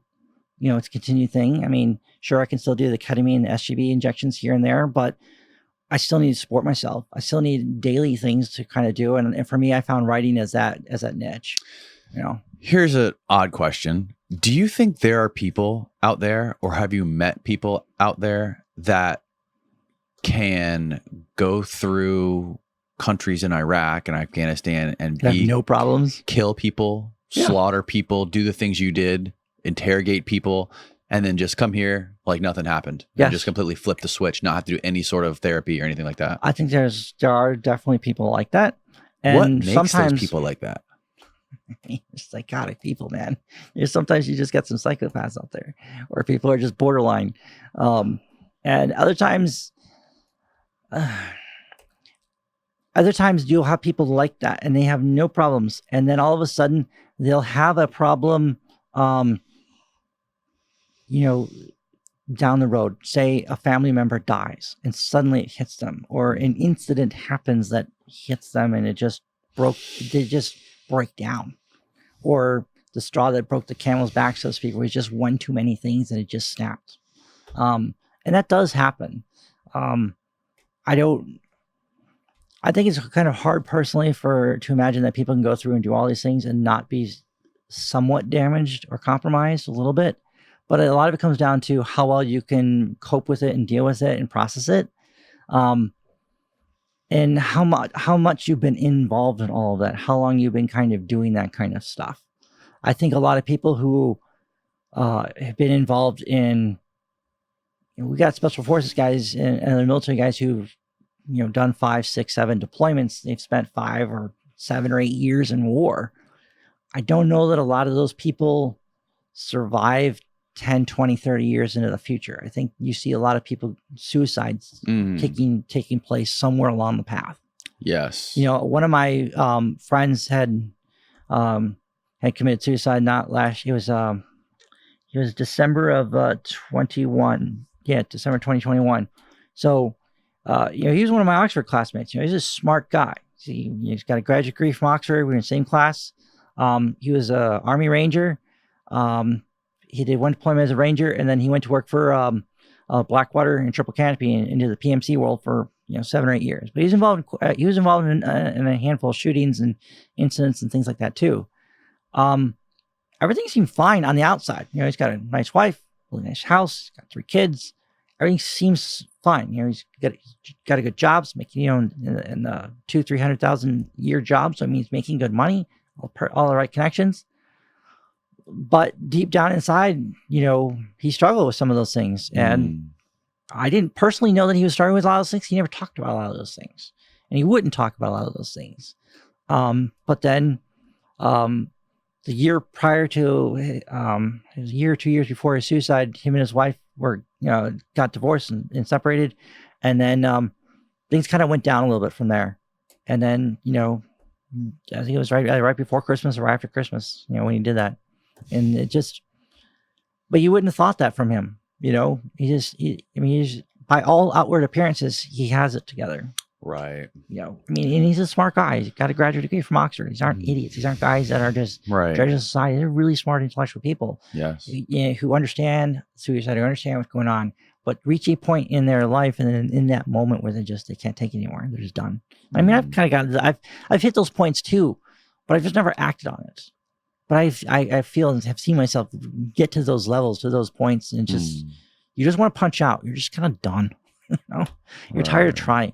You're tired of just going through this grind and not seeing anything improve, anything get better. I guess what's the difference between me and some of these other guys that experience that is when I see that happening, I will usually talk with someone about it, or I will take one of my other medications that kind of helps me counter that. What kind of medications? So they have what's the other ones? These are either benzodiazepine type drugs, kind of like almost like happy drug. You take kind of like Prozac. like alprazosin or lorazepam, things like that, to just kind of help you, help improve your mood a little bit. Yeah. They're going to take you from that I want to just blow my brains out moment to, okay, life's not that bad. You know what I mean? Right. I can get through this. And sometimes that's just what you need. It's just that. Are those similar to those drugs you were taking overseas? No, Not at all? we wouldn't be allowed to take the benzodiazepine over there. No. Okay. And you're not always going to be able to, you're not, it sometimes affects your ability to think straight and clear. Which again, this is what kills me about the VA, is their pharmacology approach to everything. And it doesn't let you work. Again, I got a graduate degree from Oxford. I'd like to think I'm a fairly smart person. And the problem is when I'm taking those medications that the VA gives, I don't have that sharp mental acuity that I need. Right. Right. I just don't have it. And that's hard to fight through. And I either take the drugs, and so that I'm a nice, sociable person to be around, and I'm not an asshole. And my wife she can be around me, and coworkers like being around you. But then I'm not cognitively as sharp as I have to be for those, senior positions at a corporation. Or I don't take it, and I'm sharp as a tack. I'm like really, mercenary mindset at the job. I'm sharp. I know what I'm doing. Very, very proficient, good at what I'm doing. But I'm not the nicest person to be around. And that kind of can lead to bad experiences at your job. Eventually you're going to get fired, right? Right. When you act like that or do certain things, society just doesn't tolerate that. They don't take that. So when you started writing all these books, incredible collection of books you've written, what sort of approach did you take? Did you just start kind of writing down your own experiences, thoughts you had, memories you had? So the first book I wrote was Interview with a Terrorist. That was my experiences working as a interrogator. For me, that was taking my diary, more or less. I kept my journal because I needed to have some way to just get all this crap out of my head at the end of my job, at the end of work, right? And I didn't journal every day when I was in Iraq, but just sometimes I just had to do something to just get it out of my head. And I started just expounding on, just sharing what was going on, because the problem is nobody knows what we did. They all think of you as these evil monsters. Like, I remember coming back from my year I was gone and being at church, and someone at church, they're like, so you were gone to Iraq for a year. Wow, that's great. So what did you do over there? And I tell them, well, I was an interrogator. It's like the expression on people's faces says it all. Like they have this like, wow, this person is like a monster. I don't want to talk with these people, move away. Really? But that's because they don't know what we do. And the image at that time, I said it's 2007, the image everyone has of interrogators is Abu Ghraib, torturing people, waterboarding, all these other horrible things. That's not what we did, but that's what they thought we did. And so for me, I wanted to kind of explain that that's not what we did. It was a whole different thing.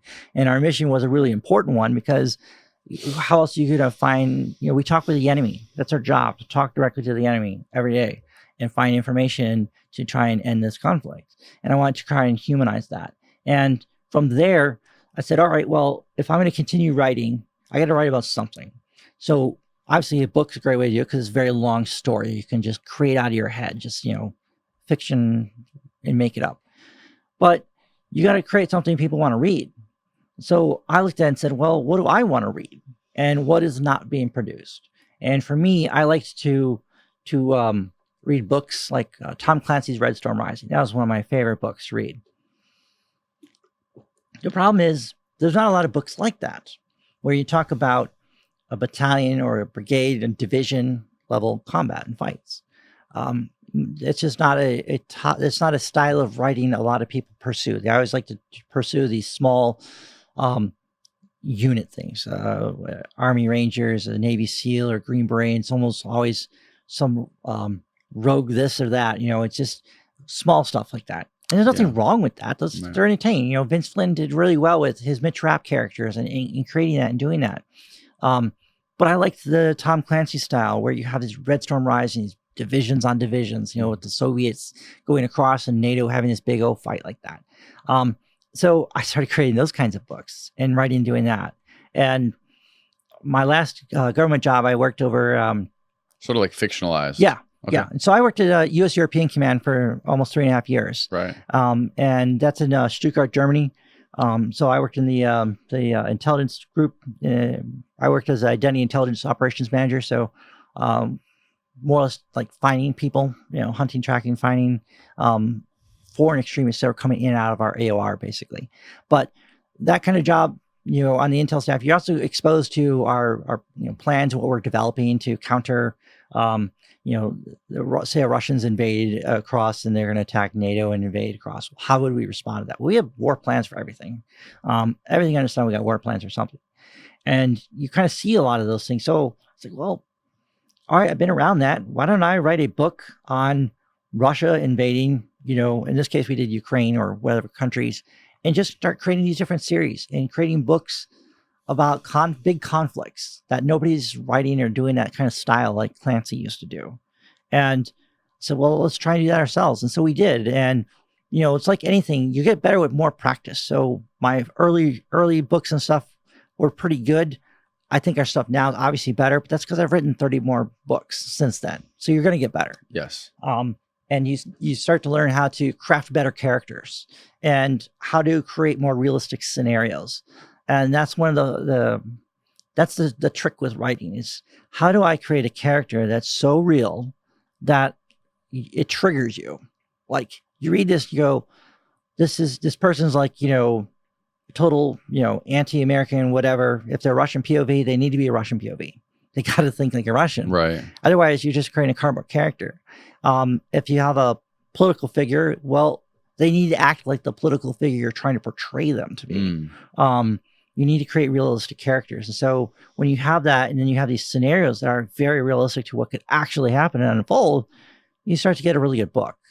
And then it's just about, continue to walk through the scenario and say, okay, well, what new technology is going to get incorporated? Let's start writing that stuff in. How would this scenario play out? Do the whole what if. How much research do you have to do? Like to make this stuff real? A lot. Like, for example, to find a Russian's point of view or a politician's point of view. Listen to interviews. Great way to do it. So if you want to know about the Russian POV, their perspective, listen to Sergei Lavrov talk.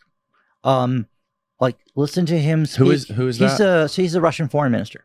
So you listen to him talk at different conferences, events, UN, anywhere. Like, okay, so you spend some time listening to how he talks, how he phrases things, how he portrays XYZ happening. Listen to how President Putin portrays things, how other elected people in their government and military portray things. That's going to give you a good insight into that mindset, that thinking. You can watch there's Russian TV shows and programs you can watch and kind of see and get some of that insight too. And that helps you better gauge how they respond and act. So when you write the scenario, you write the book. Do you understand Russian? No, I don't. I have subtitles and things like that. I work on that stuff. But I also have a really big reader network at this point too. And so I can throw out different questions and I have different people that I can ping for and get answers from. Wow. It help a lot too. So you have to understand so many different types of people's perspectives to write these fictional stories and to make them. You want to do it good, yes. If you want to do it good, right? But you want to make it as realistic as possible. The technology is actually much harder to get than the people's perspectives and things like that. The technology can be quite challenging. What do you mean when you say technology? What technology? Okay, so if you're following First Armored Brigade Combat Team out of the 3rd Infantry Division, so you know what their equipment is. So first you need to know what the equipment is, kind of rounds, where the range is, effectiveness, different things like that.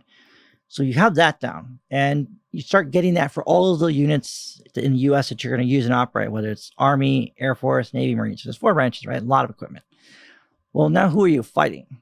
So now you need to look at that layer of equipment too. Now, are you incorporating the allies? Well, what do they use?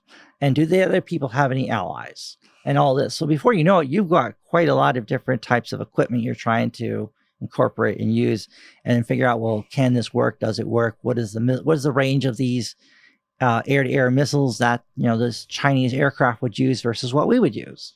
So, because you can't have, if you're going to write different engagements, you need to make sure you're writing them with the weapons that can actually do that kind of engagement. Right. Otherwise, you're going to have inconsistency problems. And that's just the part of the detail of getting this technology right. Has it ever come across to you when you were when you were writing a story, or even after you've written a story or a series of stories, that holy shit, my stories are coming true? Oh, yeah. This one here, man. Battlefield Ukraine. We wrote that back in 2017, and it's been unfolding, an unmitigated nightmare unfolding ever since. How many books are in that series? Total of 6 books in that series. And what got you started on that series? What made you want to start that? Sure. So I needed to come up with a new series. And I said, all right, well, let's look at World War III. What's going to be the next biggest war? How would this shake out? Okay. And I pretty much looked and said, well, it's going to be Korea, Taiwan, and Ukraine, Korea, and Taiwan. It's going to be one of those 3. Okay. Or Taiwan. Yeah. Okay. One of those 3. And I said, all right, well, what if we had this secret pact between... And wait, sorry. Mm-hmm. What made you think that? Based on my experiences working at U.S. European Command, just the stuff I was around and seeing how everything was playing out and knowing what was going on behind the scenes. I mean, when I saw how things were unfolding in Ukraine, when I was there before Maidan, Mm-hmm. and then just seeing how things unfolded in Iraq and in Libya and in the whole Arab Spring and our reactions to everything, it kind of like, I don't want to say opened your eyes up. You just start seeing our actions from a different perspective, because normal everyday people see the actions taken one way or another. But when you've kind of worked in those secret squirrel realms, you kind of get a better perspective of what's really going on. Why are we doing X, Y, or Z? Like, why did we suddenly turn on Gaddafi? I mean, Mm-hmm. there really was no reason to turn on Gaddafi, and look what we have in place of it now. Right. Was this really a good decision? It's still a failed state. Right. Was this really what we wanted? Okay. Bad choice right there. And it also creates another problem for us too, because Gaddafi gave up his weapons, his WMD program and stuff he had in exchange for normalized relations with the United States and in Europe. So he did that willingly without having to be invaded. And then what's his response? What was our response? Less than a decade later, we topple his regime on him. So John Bolton will say, well, we want to use the Libya model. Really? Okay, so we want you to give up your weapons of mass destruction. Then we're just going to destabilize your regime and replace you once you've done this. Okay. What dictator's going to go along with that? Right. What nation would go along with this? It's just poor phrasing. Right. And at the end of the day, I mean, maybe behind the curtain, Pax Americana is what we really want to pursue. That's fine. Don't say that out loud and tell people that. And then make sure your economy and your country is positioned to support that. If we always say might doesn't make right. When we talk about Russia and China interacting with their neighbors, that rule applies to them. It does not apply to us. Might always makes right when it comes to the United States. We're going to do what we want to do. Right. If we want the resource, or you're threatening access to our resource or our allies, we're going to fix the problem. So when you came up with this idea to write this book, I mean, were you looking at NATO and seeing what was going on between NATO and Russia? And just looked at that and said, all right, well, I see NATO is incredibly weak. It just doesn't have the capability to deploy forces in a reasonable amount of time. We're now discovering NATO's weak in that way. They can't rapidly deploy anything. They don't have forces that are operationally ready to react. So in the U.S., we have the 82nd Airborne. You can have most of the division deployed really quickly. They don't have quick reaction forces like that. A lot of their stuff relies on the U.S. being able to move them and get them to point A to point B. Okay. They don't have large stockpiles of munitions to support a sustained combat. Okay. The British Ministry of Defense was recently saying that if they got in a fight right now with Russia, they have weeks worth of munitions, and that's it. They're out. And a lot of those supplies probably won't even last weeks now because they've given so much of it to Ukraine. The Secretary General for NATO was saying that, almost begging countries to start mass producing munitions because Ukraine is expending multiple times what we can generate in, just really rapidly. The U.S. produces just under 100,000 or 155 millimeter artillery shells a year. I think it's like 86,000 a year. Okay. So the Defense Department's in the process of scaling it up by 5 times that number. Problem is, you have Ukraine burning through like 3,000 to 7,000 rounds a day. So they're cooking through our entire year's production in about 14 to 21 days. Whole year production is being blown in 21 days.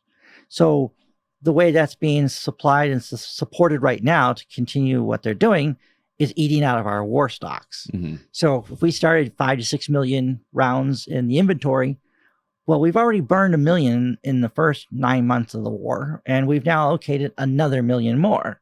So we're already dipping really bad into our own stocks.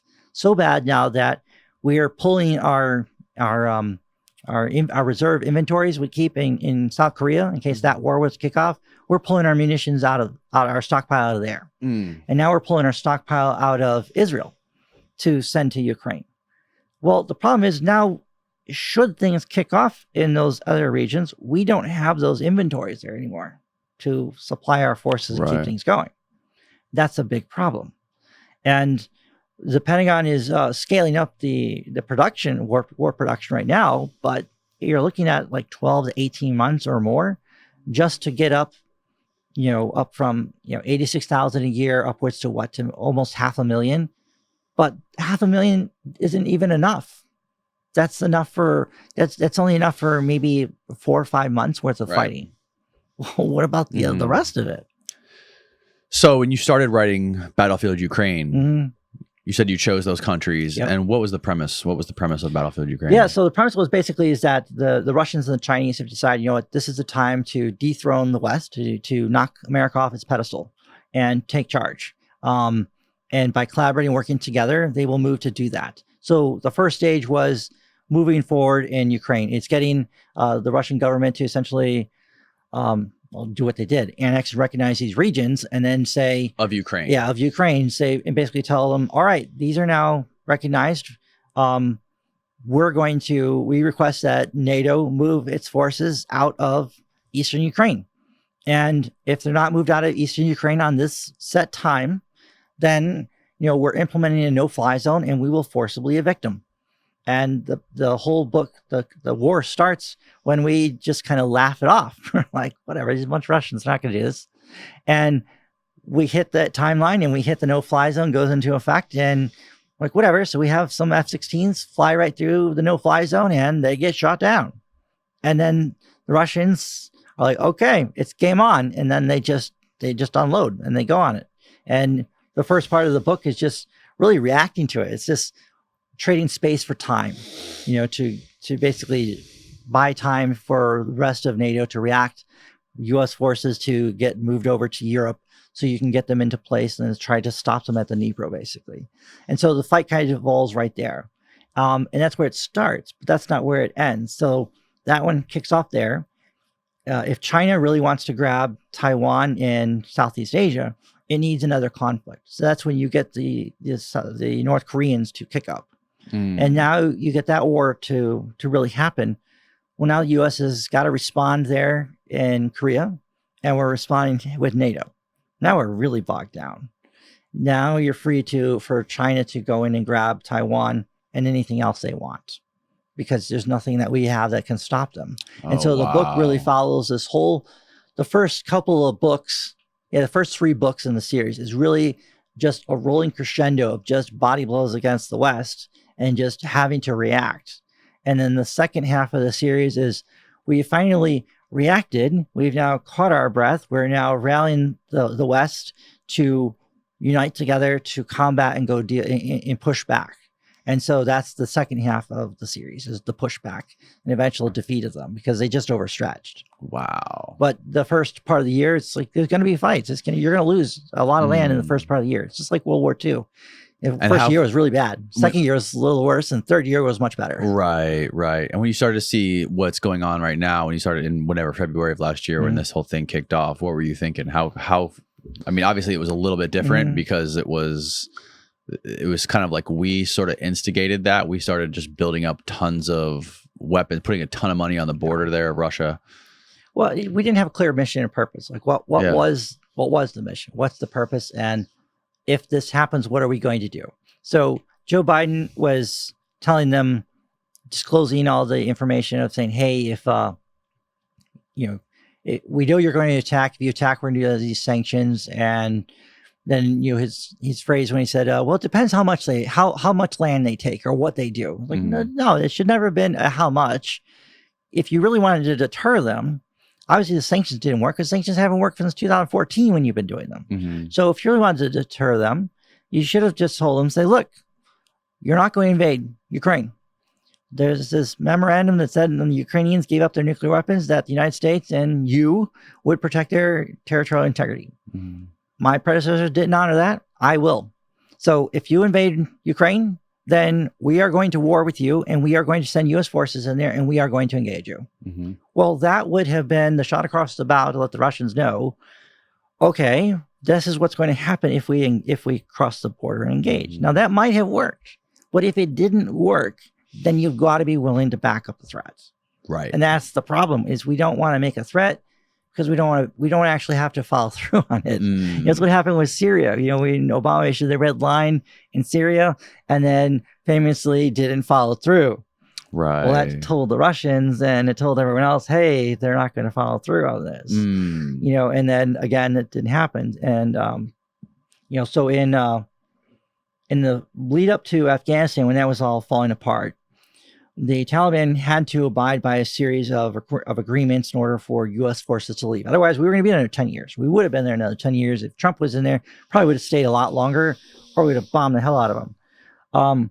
But when we walked back those, agreements that we were supposed to hold them to, and just kind of walked away, they ran over the whole system. And when that happened, everyone looked at that in Europe and said, wow, okay, America literally just pulled up stakes in 10 days and was gone. Just gone. It's like, wow, 19 freaking years? We've banned $65 billion worth of weapons and equipment there. Imagine if we had that right now for Ukraine. What the difference that would make. But we abandoned that. And that said, again, we've sent multiple messages through multiple generations that we're just not going to honor these red lines. We're not going to defend these things. And so Putin saw that and said, well, whatever. They're not going to defend us. They're not going to attack us. They're not going to stop. And he rolled across. And what have we been doing since then? We've been doing piecemeal supports. We're giving the Ukrainians weapons, but not enough to win, not enough to lose. Just slaughter. It's just a stalemate. And, they've said the quiet part out loud. Mitch McConnell and Lindsey Graham and a bunch of the other people have also said the quiet part out loud. We're not in this to win and help the Ukrainians win. We are in this to bleed the Russians dry. And just bleed their military dry. That's what we're doing. That's the strategy. That's what the Senate Majority Leader Chuck Schumer was saying is, we're spending a fraction of our GDP on bleeding the Russians, so we're just gonna keep doing it. Right. But and from a Pax Americana strategic perspective, that makes a whole lot of sense. I listened to Dan Crenshaw talk about that, and he's like, well, look at what we're spending and what we're getting. It's like, I get that from that perspective, but you're also talking about these are human beings. Okay, you're using the Ukrainians as a proxy meat shield to implement your desired outcome on Russia. Well, what about them? I mean, don't they have a say in this? I mean, you're pushing these guys to continue to fight, and sure, the politicians are going to go along with it. I mean, they stand to make financially a fortune. I mean, you can't divorce the fact that Ukraine is the most corrupt country in Europe. Just because the Russians invade doesn't mean that went away. Right. It did not go away. There's quite a number of people who have already been fired because of that. And like the current defense secretary, he's still there, but he's like at the epicenter of a lot of the corruption where, hey, I need to buy these water bottles for my soldiers. So I'm going to buy them from you for $10 a bottle. Right. And then, there's obviously the kickbacks across the board for everyone. Right. I mean, that's just running rampant across that country. And you see recently the Saudi Arabia put like $500 million into Ukraine. That just happened. The Saudi Arabian diplomat was just there meeting with Zelensky. And now that has an effect on the rest of the world because China's already basically stated their stance with Russia because they're already doing business with them with oil and whatever. and now Saudi Arabia has aligned with the U.S., but I think China depends on Saudi Arabia. Hey, Saudi's just playing both sides, man. They're just trying to play both sides. I saw this video. I got to pull up this video. I got to send this video to you, Austin, and you got to play this. This thing is the way this guy on, I think this was Instagram. Yeah. Oh yeah, there you go. There's the Now is it humanitarian aid? Okay. Yeah. So the difference between humanitarian and military aid in reconstruction stuff that it's humanitarian aid. Yeah. Yeah. Because they're not going to give weapons. They're getting weapons from us, and like a lot of people don't realize they talk about Ukraine getting these Patriot missiles, right? Mm-hmm. Well, Patriot missiles cost a lot of money too, like $3 million a pop. Right. It's not exactly a good return on investment to be using a $3 million missile against some of these drones that are, a fraction of that price. But the other thing is Saudi Arabia has these missiles too.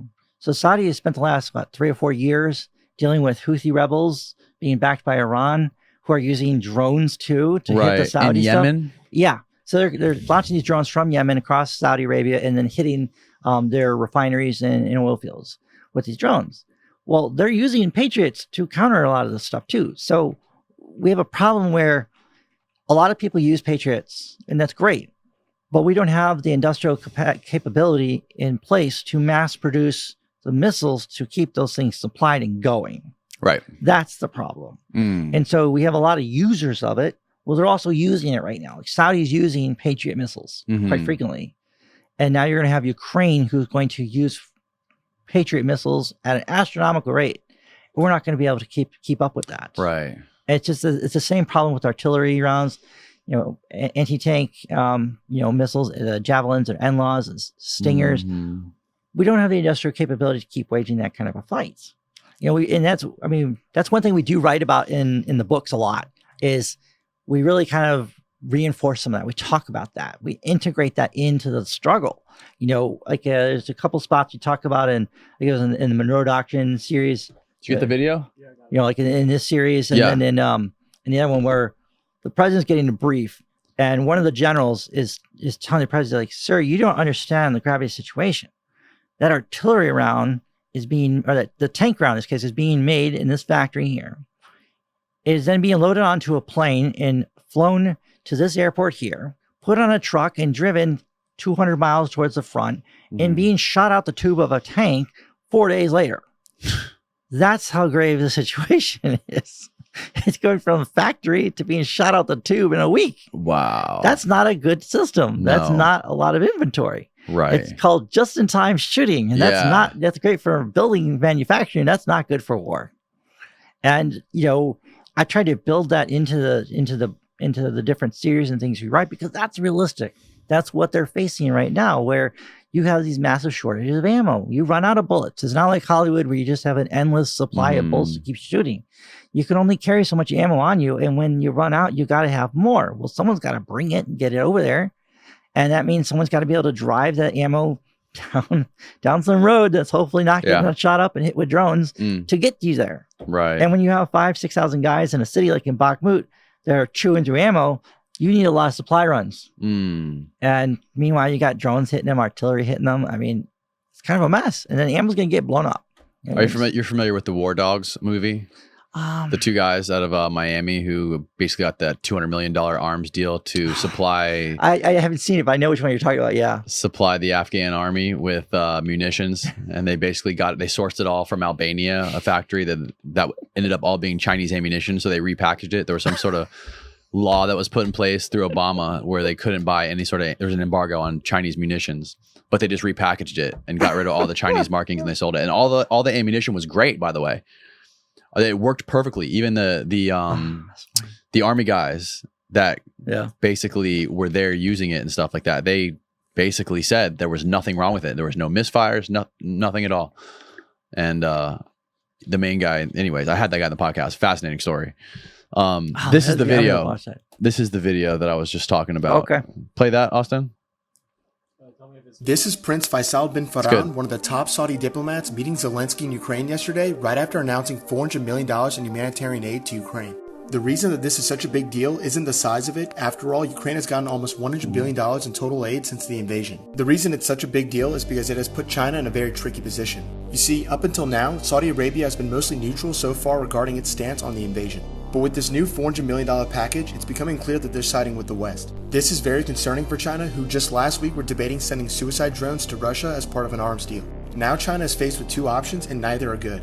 Option 1, China sends weapons to Russia but alienate themselves from Saudi Arabia, a country essential to their energy and economic goals. China would also likely be facing even more economic sanctions from Western countries and become further isolated, hurting Chinese companies. Or option 2, they don't send weapons to Russia and end up burning the bridge with one of their oldest allies, which would put even more pressure on Russia and push Putin closer to the talking table. I'll be keeping a close eye on China to see what they do in the coming weeks, so follow for updates, and thanks for watching. This guy makes great videos. What's the name of his channel or his page? Quiver or something? It's too small. I can't read it. Make sure we shout this guy out. Quiver Quantitative. Okay. On Instagram. So it's interesting. So I see that. And I think it's slightly, I have a slightly different take on what he's doing with that. So there's an incentive to keep this war going. Okay. So we thought that we could bleed the Russians dry and kind of implode their economy and collapse them over the course of this first year. That was what we really thought, but it didn't happen. And now we're figuring out that it's actually us who are starting to have a problem because they didn't implode like we thought Russia would. So from the Chinese perspective, if they can keep the war going, the longer they keep the war going, the weaker we become. Because we're just going to expend more and more munitions that we can't readily replace. And as long as we're doing that, we won't have those munitions available, at least as a credible threat, should they make a move on Taiwan at some point.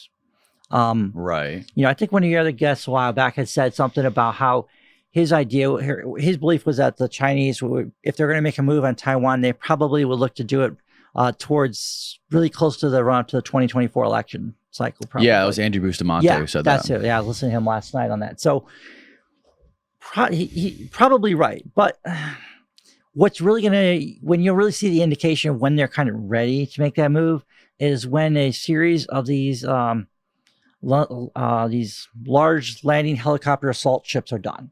So we have these that we are making. No, the Chinese are. The Chinese are building these things. Correct. So they've been working very feverishly on building kind of like a blue water navy, so they can go beyond their coastal areas. Okay. But like we have these, so like you can look up like the USS America or the USS Wasp. These are large helicopter assault ships that U.S. Marines use for moving, whether it's helicopters or landing assault vehicles, things like that. It's to take a force and move them to do an amphibious invasion. That's really what the Chinese have lacked for a while. So they have a new type of warship that they've been building for quite some time. They're building a whole string of them. I want to say they have 3 or 4 of these landing helicopter assault ships done. And they have, I think it's 5 or 6 more under construction right now. And then there's a couple other versions of it that are larger as well that they're building. When those ships are done, that's when you're going to, that's when I think you're going to start to see some serious movement, because that's kind of what they need to go over to get there. Because otherwise they have a whole lot of smaller boats that can move across. And I'm not saying they couldn't do it.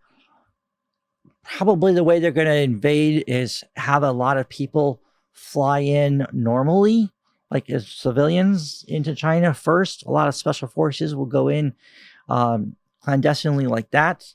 They'll wait until the appointed time, then they'll coalesce together, pick up their weapon caches, and go to execute their operations.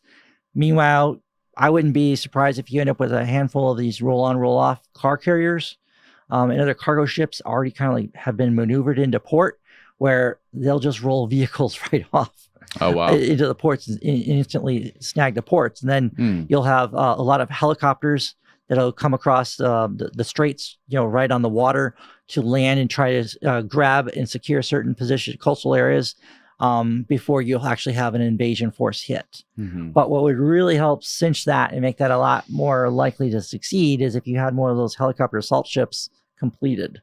Okay. And you get a few more of those done, and then there's a few other vessels they need, and they'll be able to kind of ring Taiwan pretty tight. And so there was another Air Force general recently was talking. He was saying he believed that this would probably kick off sometimes more in like 2025. There's others that believe it's like 2027. I think it's probably going to be, probably between the September, October of 2024 and probably before the end of 2025-ish is probably, if I was guessing a window, that's when I would say. That's going to happen. Yeah. And what are we going to do? What is our reaction going to be? Depends. I mean, Nancy Pelosi's already there. Yeah, it depends. Well, it depends when. Is it happens under a Biden, or does it happen in either his second term or someone else's term? That's going to be interesting to see. And it also depends on how things play out in Ukraine between now and that time too. Yeah. Because if we're still getting bled dry, we're not going to be able to intervene and do much. We can say we are, but unless we want to go toe to toe with the Chinese and use our Navy, really the best weapon we would have would be our subs and our Navy and trying to close the straits and keep them from supplying the Chinese. But there's so many of the weapon systems that are needed to do that are not, that the Taiwanese have bought them. They're not being given to them yet because we're either diverting weapons that are completed, supposed to go to Taiwan, being diverted to Ukraine, or they're getting put to the back of the queue to be built because we're needing to build stuff for Ukraine. Right. And all that's doing is weakening them. Mm-hmm. You know, like there was talk about giving Ukraine F-16s, F-16 Vipers, the latest model that they have. They're really great aircraft. But these were bought and slated for Taiwan. And there was a lot of effort to try and actually take the Taiwanese F-16s and give them to Ukraine. It's like, hey, the way you're going to deter Taiwan from getting invaded is to make Taiwan a porcupine, a really big, mean, savage porcupine. And if you can make it so costly that they're not, that, you know, for them to invade, they won't. But you can only do that if you're willing to give them the anti-ship missiles they need, the aircraft they need, the air defense they need, the artillery systems like the M109 Paladins, the self-propelled artillery guns that I, used to work on when I was in the Army side. They need those, and those are being diverted to Ukraine. And so much of the munition stockpiles are going there that we're not placing them in Taiwan like we need to be. And so it comes back to priorities. And if this is what we want to do as a country, right or wrong, I mean, I'm not an elected person. That's just not my choice. But if the choice is to intervene and do all of this, then we need to scale our industry to meet the requirement. And that's not happening. We need to go to General Motors and Ford and Tesla and say, hey, that's great, all these cool cars, but we need you to shut down half your line and convert to manufacturing artillery shells, missiles, armored vehicles, and equipment, because we need these things. You got to start scaling up. And we're not retooling the economy to be a wartime economy to support and sustain that. Neither is the rest of our allies. I mean, this is my biggest gripe with what's happening in Europe is you don't see NATO stepping up to the plate. They give, like, the British are great for this. Love my British friends, but they're great for giving these wonderful, tough sounding speeches and then going to have afternoon tea afterwards and feeling they did something. Well, where's the action to follow through on that? Like, where's the scaling up of your industry to meet the demand for this conflict? Right. I mean, the British actually had to shrink the size of their army because they couldn't meet the recruitment goal. That's not a good situation. You're a year into this war in Ukraine and you're shrinking your army when you should actually be like doubling it. Right. You should be scaling up production of munitions and aircraft and weapons, but you're not doing any of that. And you're not even spending more money on defense. Like in Germany, all the NATO countries are doing this. And this is the problem. It's like we're a year into this, into supporting this war in Ukraine, and you guys haven't even transitioned to a wartime economy. Well, guess who did transition to wartime economy? The Russians a year ago. And they have factories running, mass producing this stuff 24/7. And they're just continuing to scale and get more and more of their production going that way. And we don't really have a good read on like how effective our sanctions are and things going on inside there either. My friend Jack Murphy was on here a couple of weeks ago. I don't know if you saw that one. But he did a report basically on the CIA conducting sabotage inside of Russia, or not inside of Ukraine, but all inside of Russia. Yeah, going after those specific factories. Going after factories. There's been all these fires, all these these trains getting derailed, all kinds of crazy things going wrong.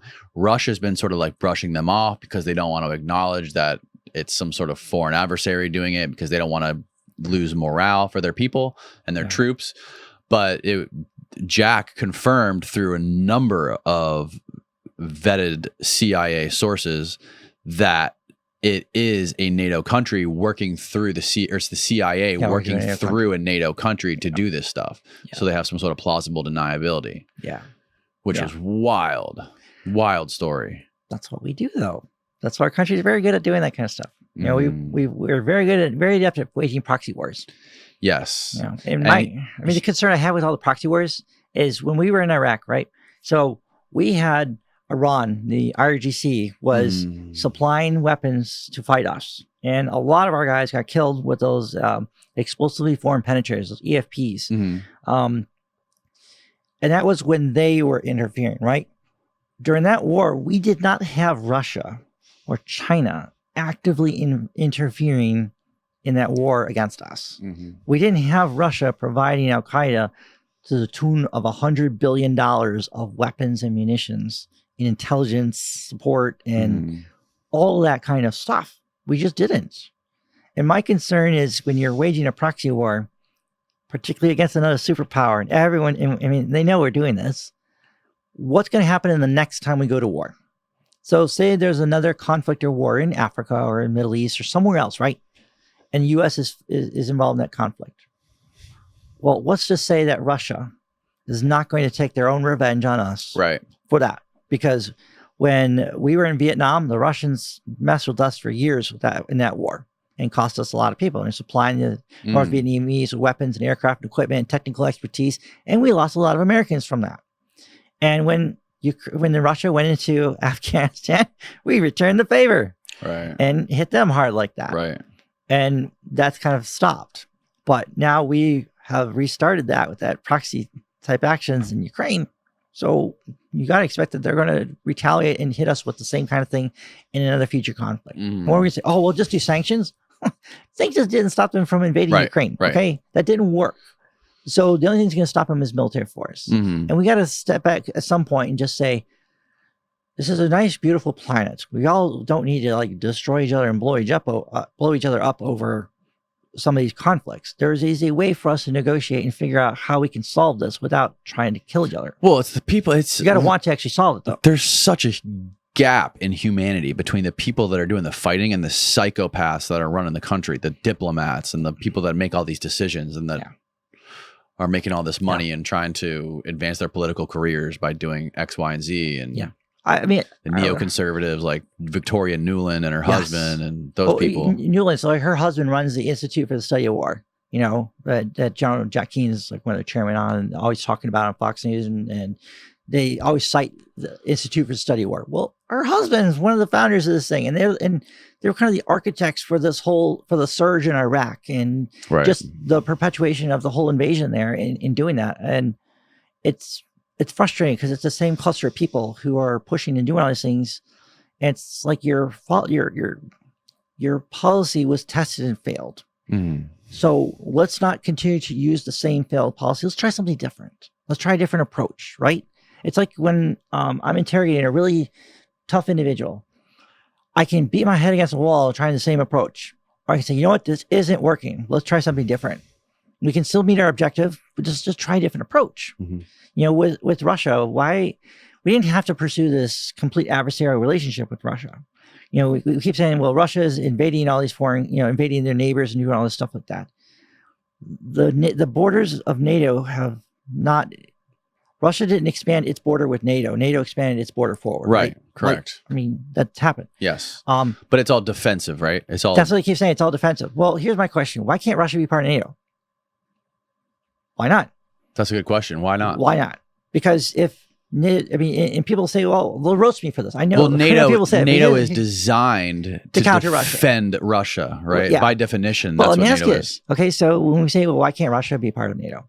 Well, you have Greece and Turkey. Those two nations have hated each other for thousands of years. They have fought just countless wars against each other. They are also both put into NATO, jammed in there together, and they can't fight anymore. They can't fight. they're not able to fight each other in open conflict because they are part of NATO. They're members now. There's a process for them to have dialogue and disputes and handle these problems and go through things like that. And so when we have this issue with Russia, NATO is around to deal with Russia. And Russia has become an aggressive and adversarial against the U.S. since 2000, I think it was 2008 when they first intervened in Georgia. And it's been aggressive like that ever since. But it was aggressive like that because leading up to that point, we were continuing to encroach and advance on their border. And they said, well, if you're going to advance on our border, we need a buffer. If we're not going to be part of this community, we're going to be the boogeyman. And you're going to continue to advance forward, we need a buffer. When they invaded Georgia. Yeah. Do you remember who wasn't, I'm going to fuck this up, but wasn't the leader of Georgia somebody that we were paying like some incredible salary? I don't remember. I mean, I was in Iraq at the time when that happened. It was kind of funny because the FOB I was working at had a whole ton of Georgians stationed at that FOB because they were in Iraq with us, like 3,000 of them, I think.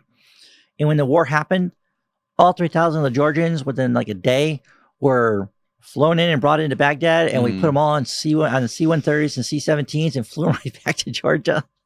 And so they were in Iraq, and then a few days later, they were back in their own country, off to fight the Russians. Yeah. We provide intelligence and tell them, say, hey, those anti-aircraft guns you have, why don't you move those to this valley over here and move this one to here and just wait and see what happens. Right. And the next thing you know, Russian planes are flying through and getting zapped. I told them where to go because they didn't have that capability. Yeah. But they also got steamrolled. The Russians just steamrolled right through them, and they had to make they got a ceasefire and stuff. When they were I believe on the outskirts of Tbilisi at that point. I don't know if I'm remembering this right. I don't remember if it was Georgia or it was a governor of some sort of state in like southern Ukraine. But they found out this guy actually posted on his Facebook page his salary or what he was paid, and America was paying him like $250,000 a year, and he was being paid more than the governor of Massachusetts. It's crazy. It's crazy. Like, what the fuck?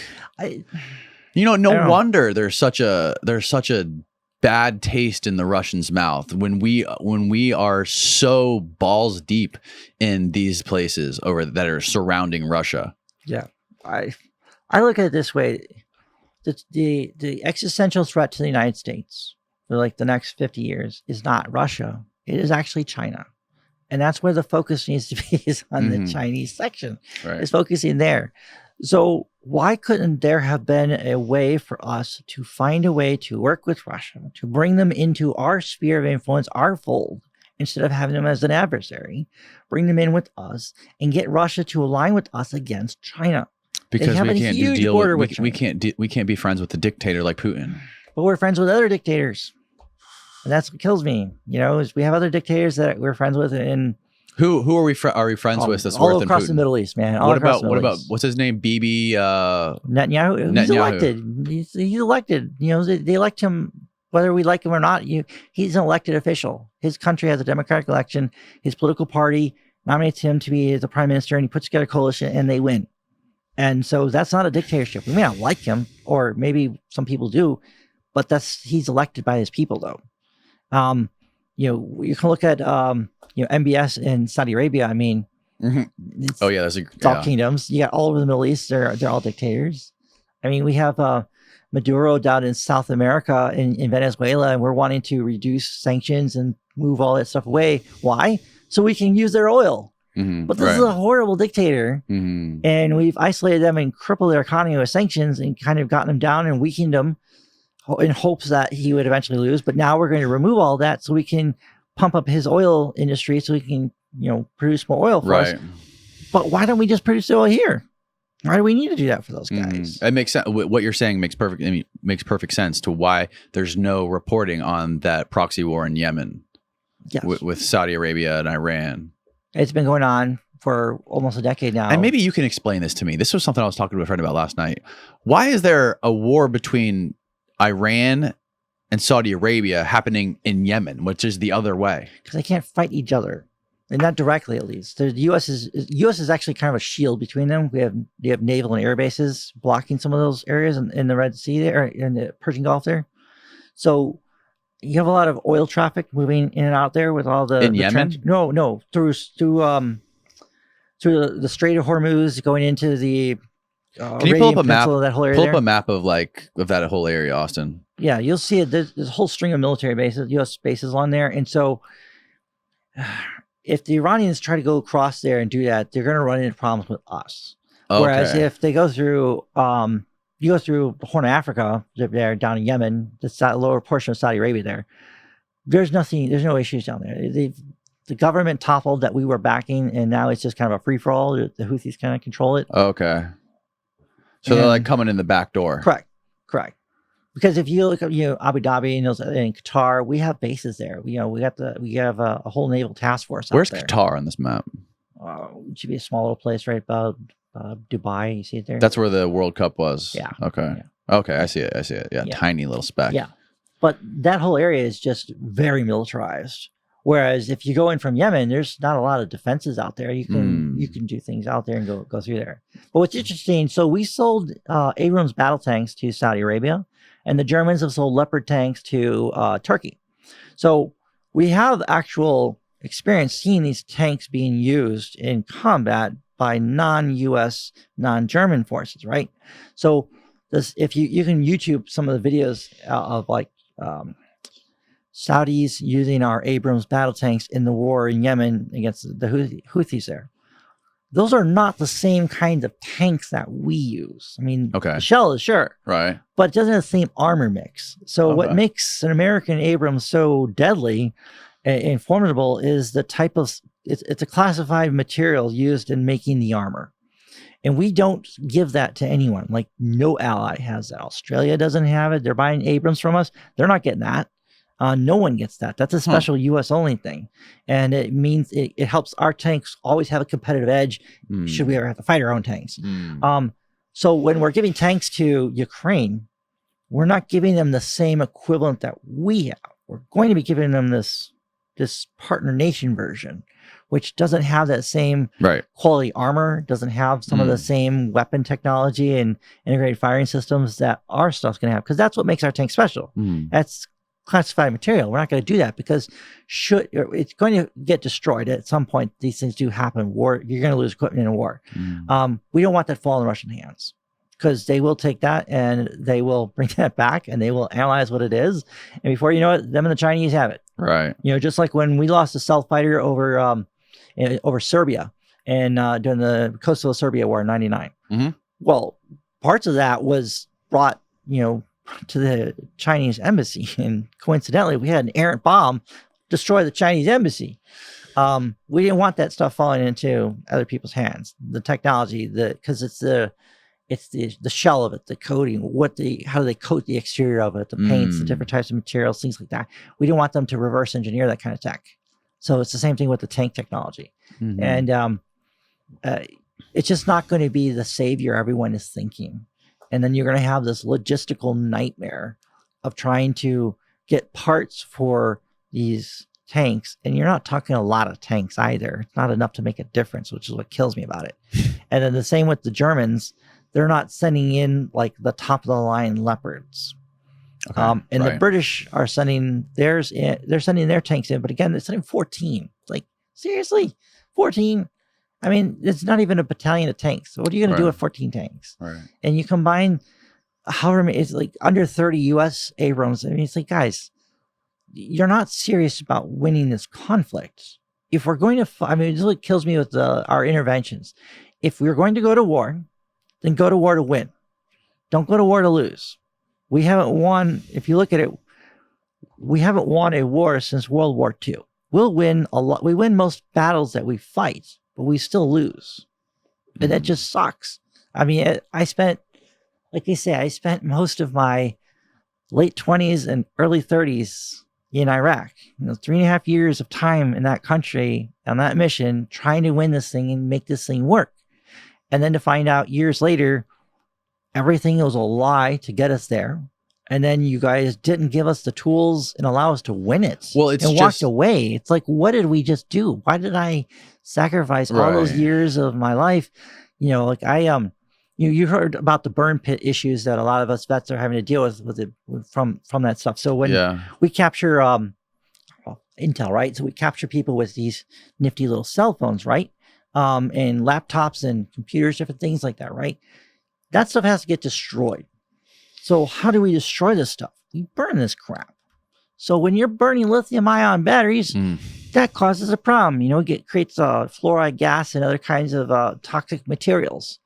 And they didn't like tell us about this kind of stuff. They didn't give us proper protective materials to when you're having to do this. Right. So, you know, you have to burn these materials. We'd have, you know, burn classified materials every shift. You're breathing in this kind of stuff all the time, and it causes long-term health effects. You know, like for instance, I was, what was I, 31 years old, and I had to have double hip replacements at age 31 because shortly after I got back from my last time in Iraq, a few months later, I developed vascular necrosis out of nowhere. What is both that? my hips. It's where the blood flow to the bone just stops. It just stops. Your bones become brittle and break. And so both my hip bones just became brittle and broke. And I've had to have them replaced. And the really bad part is when they did the left hip, they didn't do that one correctly. So I had to have a revision surgery. I had to go do it again. So it was like 3 years later, I had to have that thing replaced again. Except when they did the revision, they broke a part of the bone off and it healed in the wrong spot. And then now it's pushing into a cluster of nerves. And then they did something, they didn't put the proper joint head on there, ball head on the rod. And it's too small. So now it kind of like vibrates on the bone. It's just, it's freaking painful. And the only way I can get this thing fixed is to have it done a third time. Hip replacements are pretty painful surgeries to have. And they leave you, you know, it's a week in hospital, 3 weeks in rehab. It leaves you down for a little while. Are you doing this through the VA? I will the next time. I didn't do that the first time. The first surgery I had to have was actually done in Germany. I was working in Germany at the time. Okay. And then I had the revision done when I was in Chicago. But, you know, I'm going to have this leg done a third freaking time. And it sucks because we're stuck dealing with these physical problems and issues now from this war. And this is crap that's going to plague us for decades. You know, and I'm not the only one. There's lots of other guys. Right. Like Biden's son died from a brain cancer that is completely tied to the burn pit stuff. Really? Yes. His son died from a type of cancer that a lot of other vets have died from, all attributed from the burn pits. What is the background of his son? He was a JAG. He was a lawyer, so he was, you know, deployed over there doing. We use lawyers a lot. I mean, I use them as an interrogator. We had 4 lawyers assigned to our unit on different shifts, and so we worked with them all the time in our job. Okay. And they're always there advising commanders what you can and can't do for the laws of armed conflict, things like that. Right. You know, are you allowed to do this strike or not? Well, what does a lawyer say? Sucks. You got to fight a war about it. Yeah. Not a lawyer next to you, but that's where we're at these days. Right. But his son was a lawyer over there and stuff, so he was exposed to the same materials I've been exposed to and everyone else. Wow. And so he got that cancer and died. There's other people we know that have had that cancer. I knew one of our friends from our church. He retired from the military, worked a lot of different secret squirrel crap. But he was over there in Iraq and Afghanistan for a number of years before he retired. And then he ended up getting that same type of cancer that Biden's son got, that brain cancer. And he hung on for a while. He hung on for like 4 or 5 years before he died. He died a couple of years ago from it. You know, but it's just. And this shit's all from the burn pits. Yeah. Yeah.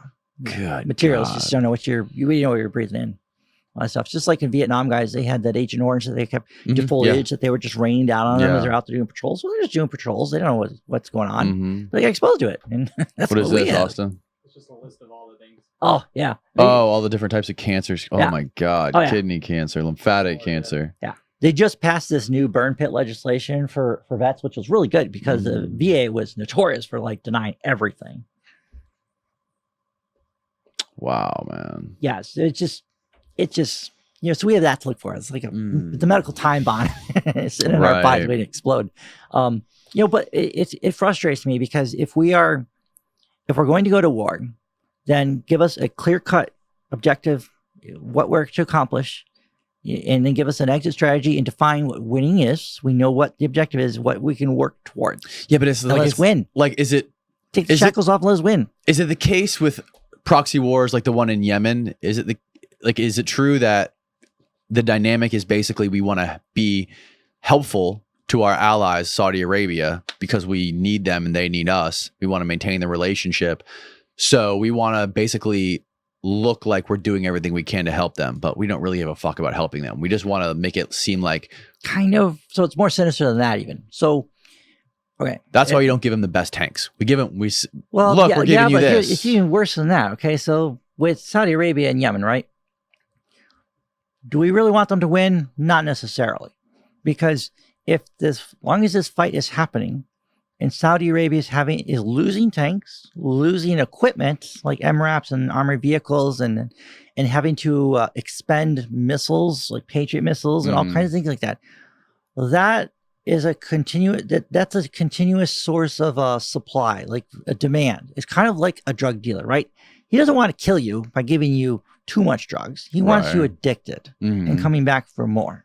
So if Saudi Arabia is fighting the Houthis, the more they owe us. The more we give them, the more they owe us. Well, the more they owe us, but they need replacements. They're losing equipment. They need to buy more from us. They lose that equipment. They got to keep buying more from us.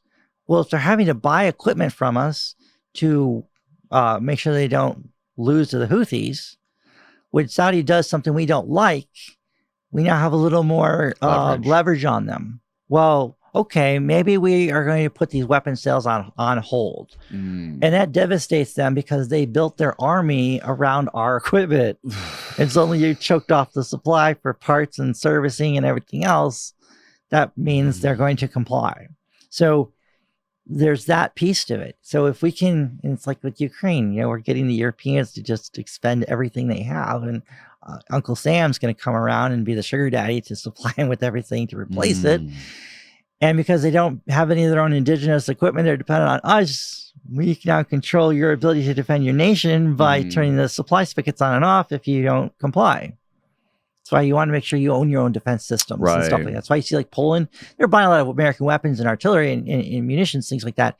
But they're also partnering with South Korea to buy a lot of their armored vehicles and their equipment, and they're building their own indigenous systems and their own industry to be able to supply and do it themselves because they want to be independent. Right. Poland has a horrible history of being screwed by its allies. And, they want to make sure that it doesn't happen again in the future. So. Have you ever watched Oliver Stone's Putin interviews? Yes. Really interesting. What did you think about that? It was really interesting. I mean, I think Oliver Stone has his own bent and angle to things. But again, I'm not trying to side with Putin or with Russia or anything like that. I just like studying people. And I like learning what makes them tick and why countries and I'm glad wars he and did things it. happen. Yeah, I think it's brilliant. And because as a writer, someone trying to create these books, when I want to, create, book 2 or book 3 for this series, I use those resources to help me better understand the conflict, better understand the scenario. In this particular one, so in Monroe Doctrine, one of the things we really expose and look at is the Chinese Belt and Road Initiative. And this is where they have China's a big manufacturing country. What they want to do is link their factories with markets around the world. So you have a constant supply of customers, and that keeps them going. So Belt and Road is basically a global infrastructure plan where they will come in to say a poor country, Central America, somewhere along Central America. And they will say, all right, we will help build and finance a deep water port, which will massively improve your country and economy. But we're going to own 51% of the port, and you get the benefit of it all. And then we will help build from the port these rail and highway networks connecting your major cities. All this isn't being done out of the altruistic nature of their hearts. This is being done to ensure they have a consumer to buy the products that they're building. Oh, and because shit. So they're doing that makes sense. Absolutely. That's why they're spending all this money in Africa. All over the place. Yeah. So that's what they're doing with that. But more importantly, they're also at the same time putting you into a debt trap where the interest rates on these things are really low, cheap, but they're lots. It's big. and they own 51% of the port. Or maybe they own 49%, but there's a clause that if you fail to make your payments, it reverts to their ownership. There's all kinds of little things they do. Now, these nations are poor. They want to develop and grow and move forward. Mm-hmm. And the Chinese are coming in with essentially endless cash to do all of that. And that's what they're kind of moving forward and accepting and doing that. And the Chinese are all over the place with this. But because they have control of these facilities and the infrastructure, they can manipulate and change the foreign policy of those nations to be how they want it. So in our scenario, we look at that as one aspect of it. But now we also look at artificial intelligence and machine learning and saying, well, where is that going? Because we can use AI to help us understand how, say, the naval commander for a ship is going to react in certain circumstances and situations. And how do we do that? Well, we look at what's this guy's social profile, his online profile. So what I mean by that is we look and say, okay, well, what does he spend his money on? What does he do on social media? What kind of interactions does he do? What does he watch on YouTube? What kind of books does he read on, from Amazon? Like, what's his purchasing behaviors? Mm-hmm. We look at all the different types of materials that he does. And then we look at not just him, but his immediate orbit and his friends. Well, what do they all do? So that helps to shape like the person's opinion, who they are, personalities, all those different social profiles like that. And then they have these awesome games on Facebook that everyone just loves to play. What character are you in Lord of the Rings or in Game of Thrones? Who cares? But people click on this shit. And when they do, they go through and they answer all these different questions, right? And those questions give a certain type of social, it's like a social assessment. These are like assessing individuals and people. And then when you're also doing that, there's also a little clause that actually grants them access to then see everything you do on the site and from there and do even more. So now they're really able to track a bunch of things. But they're getting you to play this game where you're helping them build a social profile of you willingly, and you're giving them access to all of your social media. So when you have machines that can take all this stuff in, synthesize it, create profiles, you can start doing predictive behavioral analysis. So now I can start conditioning a society to accept something by engineering everything to fit into a certain mold or poke and prod and push people. Or I can understand how they will respond when an action happens. So like a way to condition people, really good at social engineering case study. Look at last year when Florida passed its parental rights bill, right? So the parental rights bill, different organizations and whatnot labeled this thing "Don't Say Gay," and that's what they tried to call it. They called this thing as that. That's what Who labeled it that? A whole slew of these left-wing groups started labeling this thing the "Don't Say Gay" bill. Well, it has nothing in the bill that says you can't use the word gay. There's nothing in it about homosexuality at all. Okay. All it is simply saying is that kids between the ages of, kindergarten through third grade, so basically 5-year-olds through 8-year-olds, should not be taught sexual content or sexual related materials. Okay. What was the name of that act? It was the Parental Rights Act. Okay. And this was a massive thing that they took in a bill that had nothing to do with, being gay, and made it into something it wasn't. And and renamed the whole thing, and then whipped up everyone into this frenzy over something that was never even mentioned or a part of the bill. I have yet to find an adult who can explain to me why we need to teach 5-year-olds, sex ed. Right. They're 5. Right. Why are we telling them they need to start understanding gender pronouns and using gender pronouns? Dude, they don't understand what a noun or a verb is. They can't even write their names yet. Right, You're making them right. do this? Why are you doing this to them? Let them be kids. Why was that? Do you know why that act was put in place? Because they were doing that. Because schools in Florida were actually doing that? It's so permeated through there. They were actually putting this stuff in there. You can... what schools were doing it? I don't have the list of them off the top of my head. That's fucking There's a insane. whole slew of them though. That That's you can crazy. See. And like there's this one gal on. I don't use TikTok, the social media app. That's a Chinese spy app. I'm not on that thing. But there's this group called Libs of TikTok, and I'm familiar with it. Yeah. So this woman who runs this thing, she doesn't do anything with it. She's literally taking whatever it is you made on your TikTok thing and just sharing it. Right. So you made it. Reposting it. You admitted to this. You said, I'm doing X, Y, and Z, and I'm proud of it. All she did was just repost it. Right. You put it out there. She didn't create anything, just put it out there. And that's how everyone found out about this. Because you have these teachers talking about this, getting their gratification and self, and like just feeling like importance. When I got my group of kindergartners to understand why I go by my pronoun or these different things, like, dude, your job is to educate kids. Don't just, why is this important? Right. Why is this part of it? And it comes back to our schools are failing the basics of just making sure that our kids can read, write, and arithmetic, right? They're just not doing this. So if we're not getting those things right, then why are we going to expand into other areas, social areas like this, when we're not even getting the basics right? Our emphasis needs to be on why are our kids not being able to meet and exceed their grade levels in their education? We spend more money on education than almost any other developing nation. We do? We spend huge sums of money on education, and we have the worst results from this stuff. How come a elementary school teacher makes the same amount of money as a Burger King manager?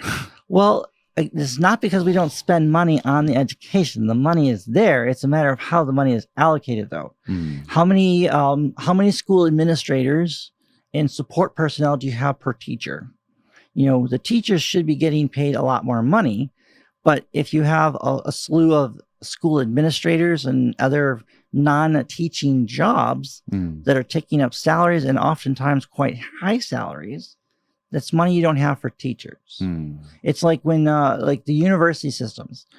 Well, universities have become very expensive because you have a whole plethora of non-teaching jobs and positions that are not contributing to like teaching students, teaching people. It's like on it's like a contract, having being able to bill a client or not bill a client, you know? Right. Also, everyone gets loans to go to college, so they don't have to pay anything out of pocket, and they have deals with these financial institutions where they just have these ridiculous student loan programs. Think about this, Proc. I mean, this is a horrible debt trap we put our own selves in, right? I mean, I got $62,000 in student loans myself from Oxford, okay? I mean, I'm in the boat too. I've paid off a good chunk of mine.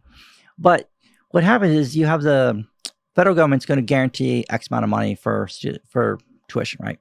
So what'll happen is the school will be like, okay, well, if we increase tuition by an extra 3% each year, the government's just going to increase the amount of loans available by that same amount.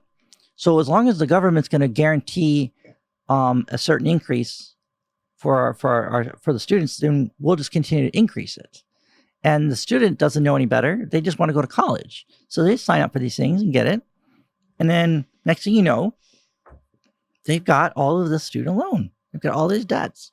And this is the worst kind of debt because it's not even, they wrote the laws for the student loans in such a manner that you can't even discharge it. Right, right. That's what's really How bad. much interest is on student loans? It depends. If you have a federal loan, it's usually not that bad. I mean, my federal loans, I think, are at like 3.25%. I mean, it's not too bad. But personally, I think if the government's going to do something like that, then maybe you should set the interest rate at maybe like 0.5% or 1%. It should be just enough to service the loan, not to make a profit. Because the government actually makes a solid profit on student loan interest. Right. Because it's over $1 trillion. Yeah. They make money on student loans.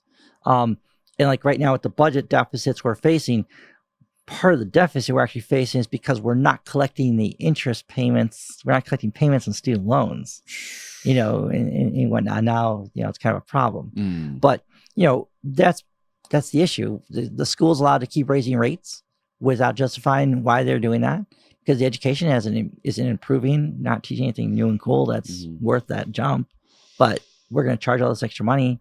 I mean, we're not producing hordes of doctors and people in the STEM fields. We're producing tons and tons of people getting degrees in, English, literature, gender studies, and history. It's like, well, that's cool knowledge to know. That's why you call them humanities. That shouldn't be your major, though. If we have a shortage in engineers and scientists and doctors and whatnot, then shouldn't the student loans be made available for people who want to go into those fields? Yes. And not for... There shouldn't even be loans. We should just be able to give that. We should be able to, the government should pay for that. If the government, if we could buy all those tanks and rockets for the other countries, we should be able to buy the fucking education for doctors and lawyers and engineers and physicists. So when I was in Germany, a lot of people say, well, look at Germany and Europe, how they have like free healthcare and they have free education. And technically that's true, but there's catches to all of that. Okay. So in the education system, it's free. And once you're in, you could stay and get your PhD. There's nothing pushing you out the door to go to work.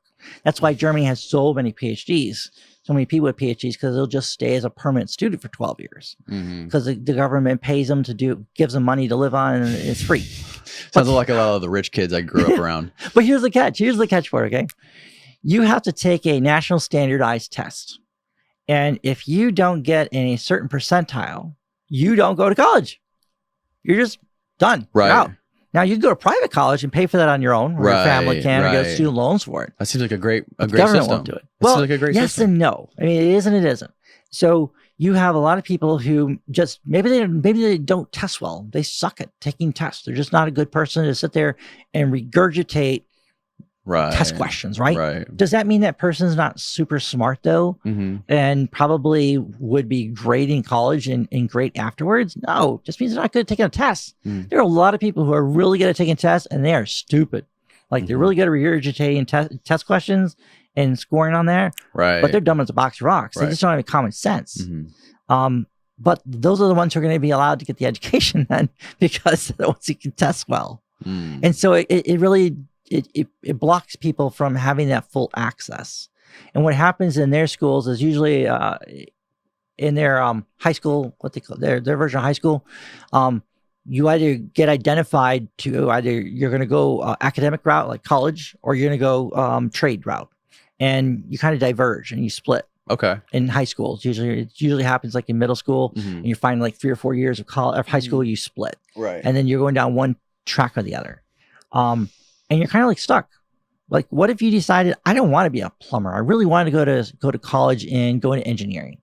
Well, that's not an option anymore. I mean, you can try to take those standardized tests and hope to get the right score you need, but all of your high school education until you finished high school didn't prepare you for that. So you're at a huge disadvantage to do that. And so if we had that kind of a system, it may be free, but just understand very few are actually going to get to benefit from it. It'll be another caste system, so to speak, that we just create. On the medical side, so when I was there as contractor, I had private health insurance, which meant I got seen by a doctor like that. I went to the doctor on Monday. He said, "Oh, your hip broke. That's why it hurts so much." And he showed me the MRI. "We're going to do surgery on Friday." I'm like, okay. It hurts like hell, so yeah, they're going to do surgery right away. Well, my roommate, had his hip replaced too. So he was a cop, German, Polizei. So he's a local cop. And I was talking with him about this, and he told me that when his hip broke, he waited 6 weeks for his slot to get his surgery. I mean, it's free. He doesn't pay anything for it, but he has to wait in a queue. Right.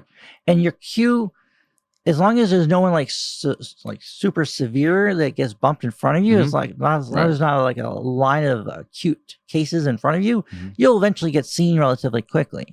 But there are other times where you can end up waiting a very long time. And I don't know if you've had anyone who's had a broken hip will attest to this. When that happens, you don't want to wait 6 weeks to get this thing fixed. It's broke for a reason and it hurts. Right. You can still move around sometimes, but you're grinding on broken bone. It's quite painful. But it's free. Yeah. I mean, there's trade-offs. It's not as green as everyone thinks. Yeah, I've heard a lot of stories about the VA being really slow and not efficient and poor quality service. Then my dad has been dealing with the VA. He is Air Force veteran, and he's just been recently dealing with some stuff, having to go there for some checkups and some physicals. He had to get hearing aids. He's losing his hearing, and he's had a really positive experience with the VA. He says it can be, depends where you're at. Yeah. I've had really great experiences with the VA here. I did not have a good experience with the VA in DC or in Chicago. Right. Just terrible VAs up there. Yeah. I had Kristen Beck. Are you familiar with Kristen Beck on here? Navy SEAL. I heard the name. His name was Chris Beck. He transitioned to being Kristen Beck. Does he manufacture the firearms? Right. There's another person that's kind of like that. There's a Navy SEAL. He has a firearms manufacturer here. There's a book and a documentary made about her, and it's called Lady Valor. It was like I think it was either CNN or HBO documentary made about his story or her story. It was pretty incredible. I forgot where I was going with this. Oh, just a challenge with the VA. A lot of problems with the VA. A lot of problems with the VA because she, dealt with a lot of psychological issues being a SEAL in Iraq, and it's tough. Yeah. Yeah. I mean, you're in combat for very intense periods of time, and then you go home and you're back in intense combat, and that's kind of a difference between like the special warfare guys versus like line units, regular grunts. Just they're there for a year. Sometimes they see action, sometimes they don't. Sometimes they go through the whole time without having any issues or problems. Whereas the special warfare guys, they go in and they're there for whether it's 3 months or 5 months, but that period they're there, it is high intensity for that period, and then they go home, and then high intensity and then go home. It's tough on those guys, man. Yeah, it's tough, really tough. But this like future warfare stuff, man, that's scary as hell because the technology, where it's going with the drones and the AI and everything else. Like there was Textron has they have a really interesting remote controlled ground vehicle. Like you can look it up. The Army's got these really unique the future Army combat systems. Part of it are making these autonomous ground vehicles. So what you'll be able to do is you'll have different size, like armored fighting vehicles and tanks will have different kinds of weapons on them, different sizes.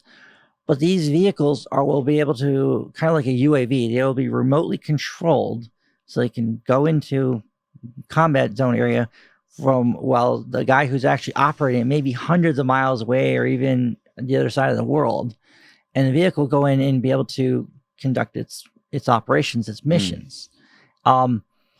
It's kind of scary to think about because there's going to come a point where, like, you have, take for instance with Tesla, right? They've got their self-driving AI software, and that is getting better every single year because you have hundreds of thousands of people using it, recording more data. Well, it's not going to be long before you're going to have that same kind of technology and capability that can operate this armored vehicle that will be able to autonomously go into a combat zone where you just say, okay, everyone in like this area here is classified as an enemy combatant. So just go in, and as it identifies people, just start engaging them. And you have that, then you'll have, aircraft, helicopters, and soon underwater submarines. We already have ships. this stuff though. I mean, it's crazy, but they're all man in the loop right now. They're being physically operated by someone. We're not far away though, where this is going to be a semi-autonomous to fully autonomous weapons. And then you're going to have these things just moving across. That's going to be scary. Yeah. You see what was the story a couple months ago that San Francisco was going to start? Police, right? Yeah. They were going to have robots kill people. Yeah. It's like crazy. Like, what do you mean you got robots killing people? With basically the authority to murder people. I guess they rolled it back once it started getting a lot of publicity. It's nuts. It's nuts where we're going with some of the technology like that. But then on the other hand, you think about technology and AI and where we're going. It's spooky where it's going, but then you see this goofy ass spy balloon floating across America. Like, are you kidding me? Yep. Are we really still using balloons in 2022, 2023? I don't know. They say it's a weather balloon gathering different atmospheric stuff. Is that a smoke screen or who knows? I think it was maybe it was just like a middle finger that floated across the country and them saying, look what we can do. We just floated right across your country and you didn't do anything about it. And, kind of a black eye from there. But as a writer, okay, here's a scenario. Imagine this balloon, and you place a nuclear device on top on this balloon, right? And it explodes at those high altitudes. What's it going to create? Electromagnetic pulse system that would blanket a big chunk of the United States, fry all our circuitry, and take us out. Right. So, right. The writer in me looks at that and says, "Wow, that's a cool scenario. How could that work?" And what if they did something like that? What if they wanted to test it and say, "Hey, can we float a balloon across the United States without getting seen or anything?" And the scary part is, had this rancher out there in, was it Wyoming or whatever, not seen it and reported it, we probably never would have known about it. And it sounds from the reports from the Pentagon, they wouldn't have known about it. Because apparently they're trying to say that this has happened in the past and we didn't know about it. I'm like, really? You had balloons the size of 200 foot tall, 200 foot long balloons, floating across the country. You didn't know about it. What if someone did put a bomb, like an EMP bomb, on there and did that? I mean, I also think too, like, how many are there really? Was there really only one, or how many of these are really floating across the skies that we know about, and we just wanted to say, create some sort of psyop to point the American public, make them look at China. Look at China. Look what they're doing to us. And guess what? Somebody's sitting at the CIA right now just laughing their ass off. Oh, you remember what happened like right before this, right? So right before the balloon thing, that's when Project Veritas had this big sting operation that they had done with one of the Pfizer employees, who kind of talked about how they had how the vaccines just didn't work. And went through that whole process and exposed all of that. And then a couple of days later, we have a balloon up here. Shiny object over here. I don't remember even seeing what you're talking about. Yeah, look them up. Look up Project Veritas with that whole thing they had about the Pfizer stuff. It was a big deal. And then magically, Austin, can you find that? Magically, like less than a week or two later, Pfizer's board ends up ousting James O'Keefe, who is the founder and the president for the company who does this. Like, that's his gig. And they get rid of him. And now, he's out in the left flap in the wind. He'll probably restart a brand new version of Project Veritas and restart the whole thing. But it's like coincidental timing from them breaking this big story. It's one of the biggest stories of the decade, to the balloon, to then his ouster. All within weeks. It's like coincidence. I mean, yeah, that shit is scary. That's crazy. The vaccine stuff is really, really That's scary. a dude you should try and talk to, James O'Keefe. The reason that stuff scares me is just the level of control that has been put on social media and the internet and communication just based on that. That is what scares me. Elon Musk exposed all of that, and just was like, wow. I mean, from an intel perspective, I understand and know that stuff happens. It just, I guess I was surprised at how eager the media was to just be lapdogs for all of this and just compliant to it. Yes. What happened to investigative journalism? Not investigative journalism. Journalism, period. That goes back to what Jack Murphy was talking about when he was putting out his story for the CIA. He was working with one of the top 2 publications in the country. And when it came down to like the clock is ticking to hit the publish button on that article, they had to run it by the CIA's deputy director. They had a conference call, a 3-way call with his editor at the publication and the CIA's deputy director on the phone, off the record. He didn't have an on the record agreement with this guy. He said completely vehemently denied everything about those cells being in Russia, doing those sabotage campaigns, conducting those sabotage campaigns. In fact, he said that it was rogue Ukrainians conducting those campaigns. So after the call, he has another one-on-one with his editor saying, okay, what are we going to do? And the editor says, we have to scrub every single mention of the CIA out of the story. Yeah. Make it rogue Ukrainians that are on CIA payroll. He wanted to completely make it line up with the deputy director's narrative. But they couldn't just take the story and say, deputy director of the CIA says this at the bottom or something like that. Say they denied it. No, they had to make it jive with his story. That is fucking scary. Because now you're not doing journalism. Now you're just a mouthpiece for the state. You know, I mean, that's what that is completely, like, I understand that the CIA's job is to keep, clandestine missions off the front page of the newspaper. I completely understand that. But when you are absolutely tied into the biggest journalistic publications in the country, it is completely undermining what it means to do journalism and to be a journalist. Yeah, it is. It is. It's sad. I mean, and that's why I question so much about this Russia thing. When we say that Russia is they're completely blinded by propaganda. Everything there is propaganda. Are we not blinded by propaganda? That's what's made me see that more than anything. What is this? Oh, did Pfizer's boss cast doubt on his own vaccine? Is this the Veritas thing?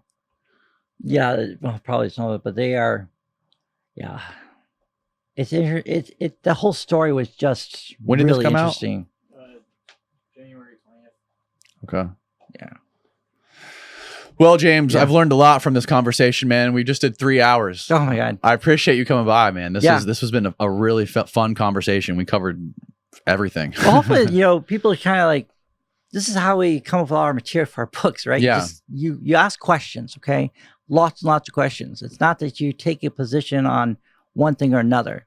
It's just about absorbing the information so you can then create these scenarios, because I want to have these scenarios out there so people can look at that and go, man, what if this happened? What if that happened?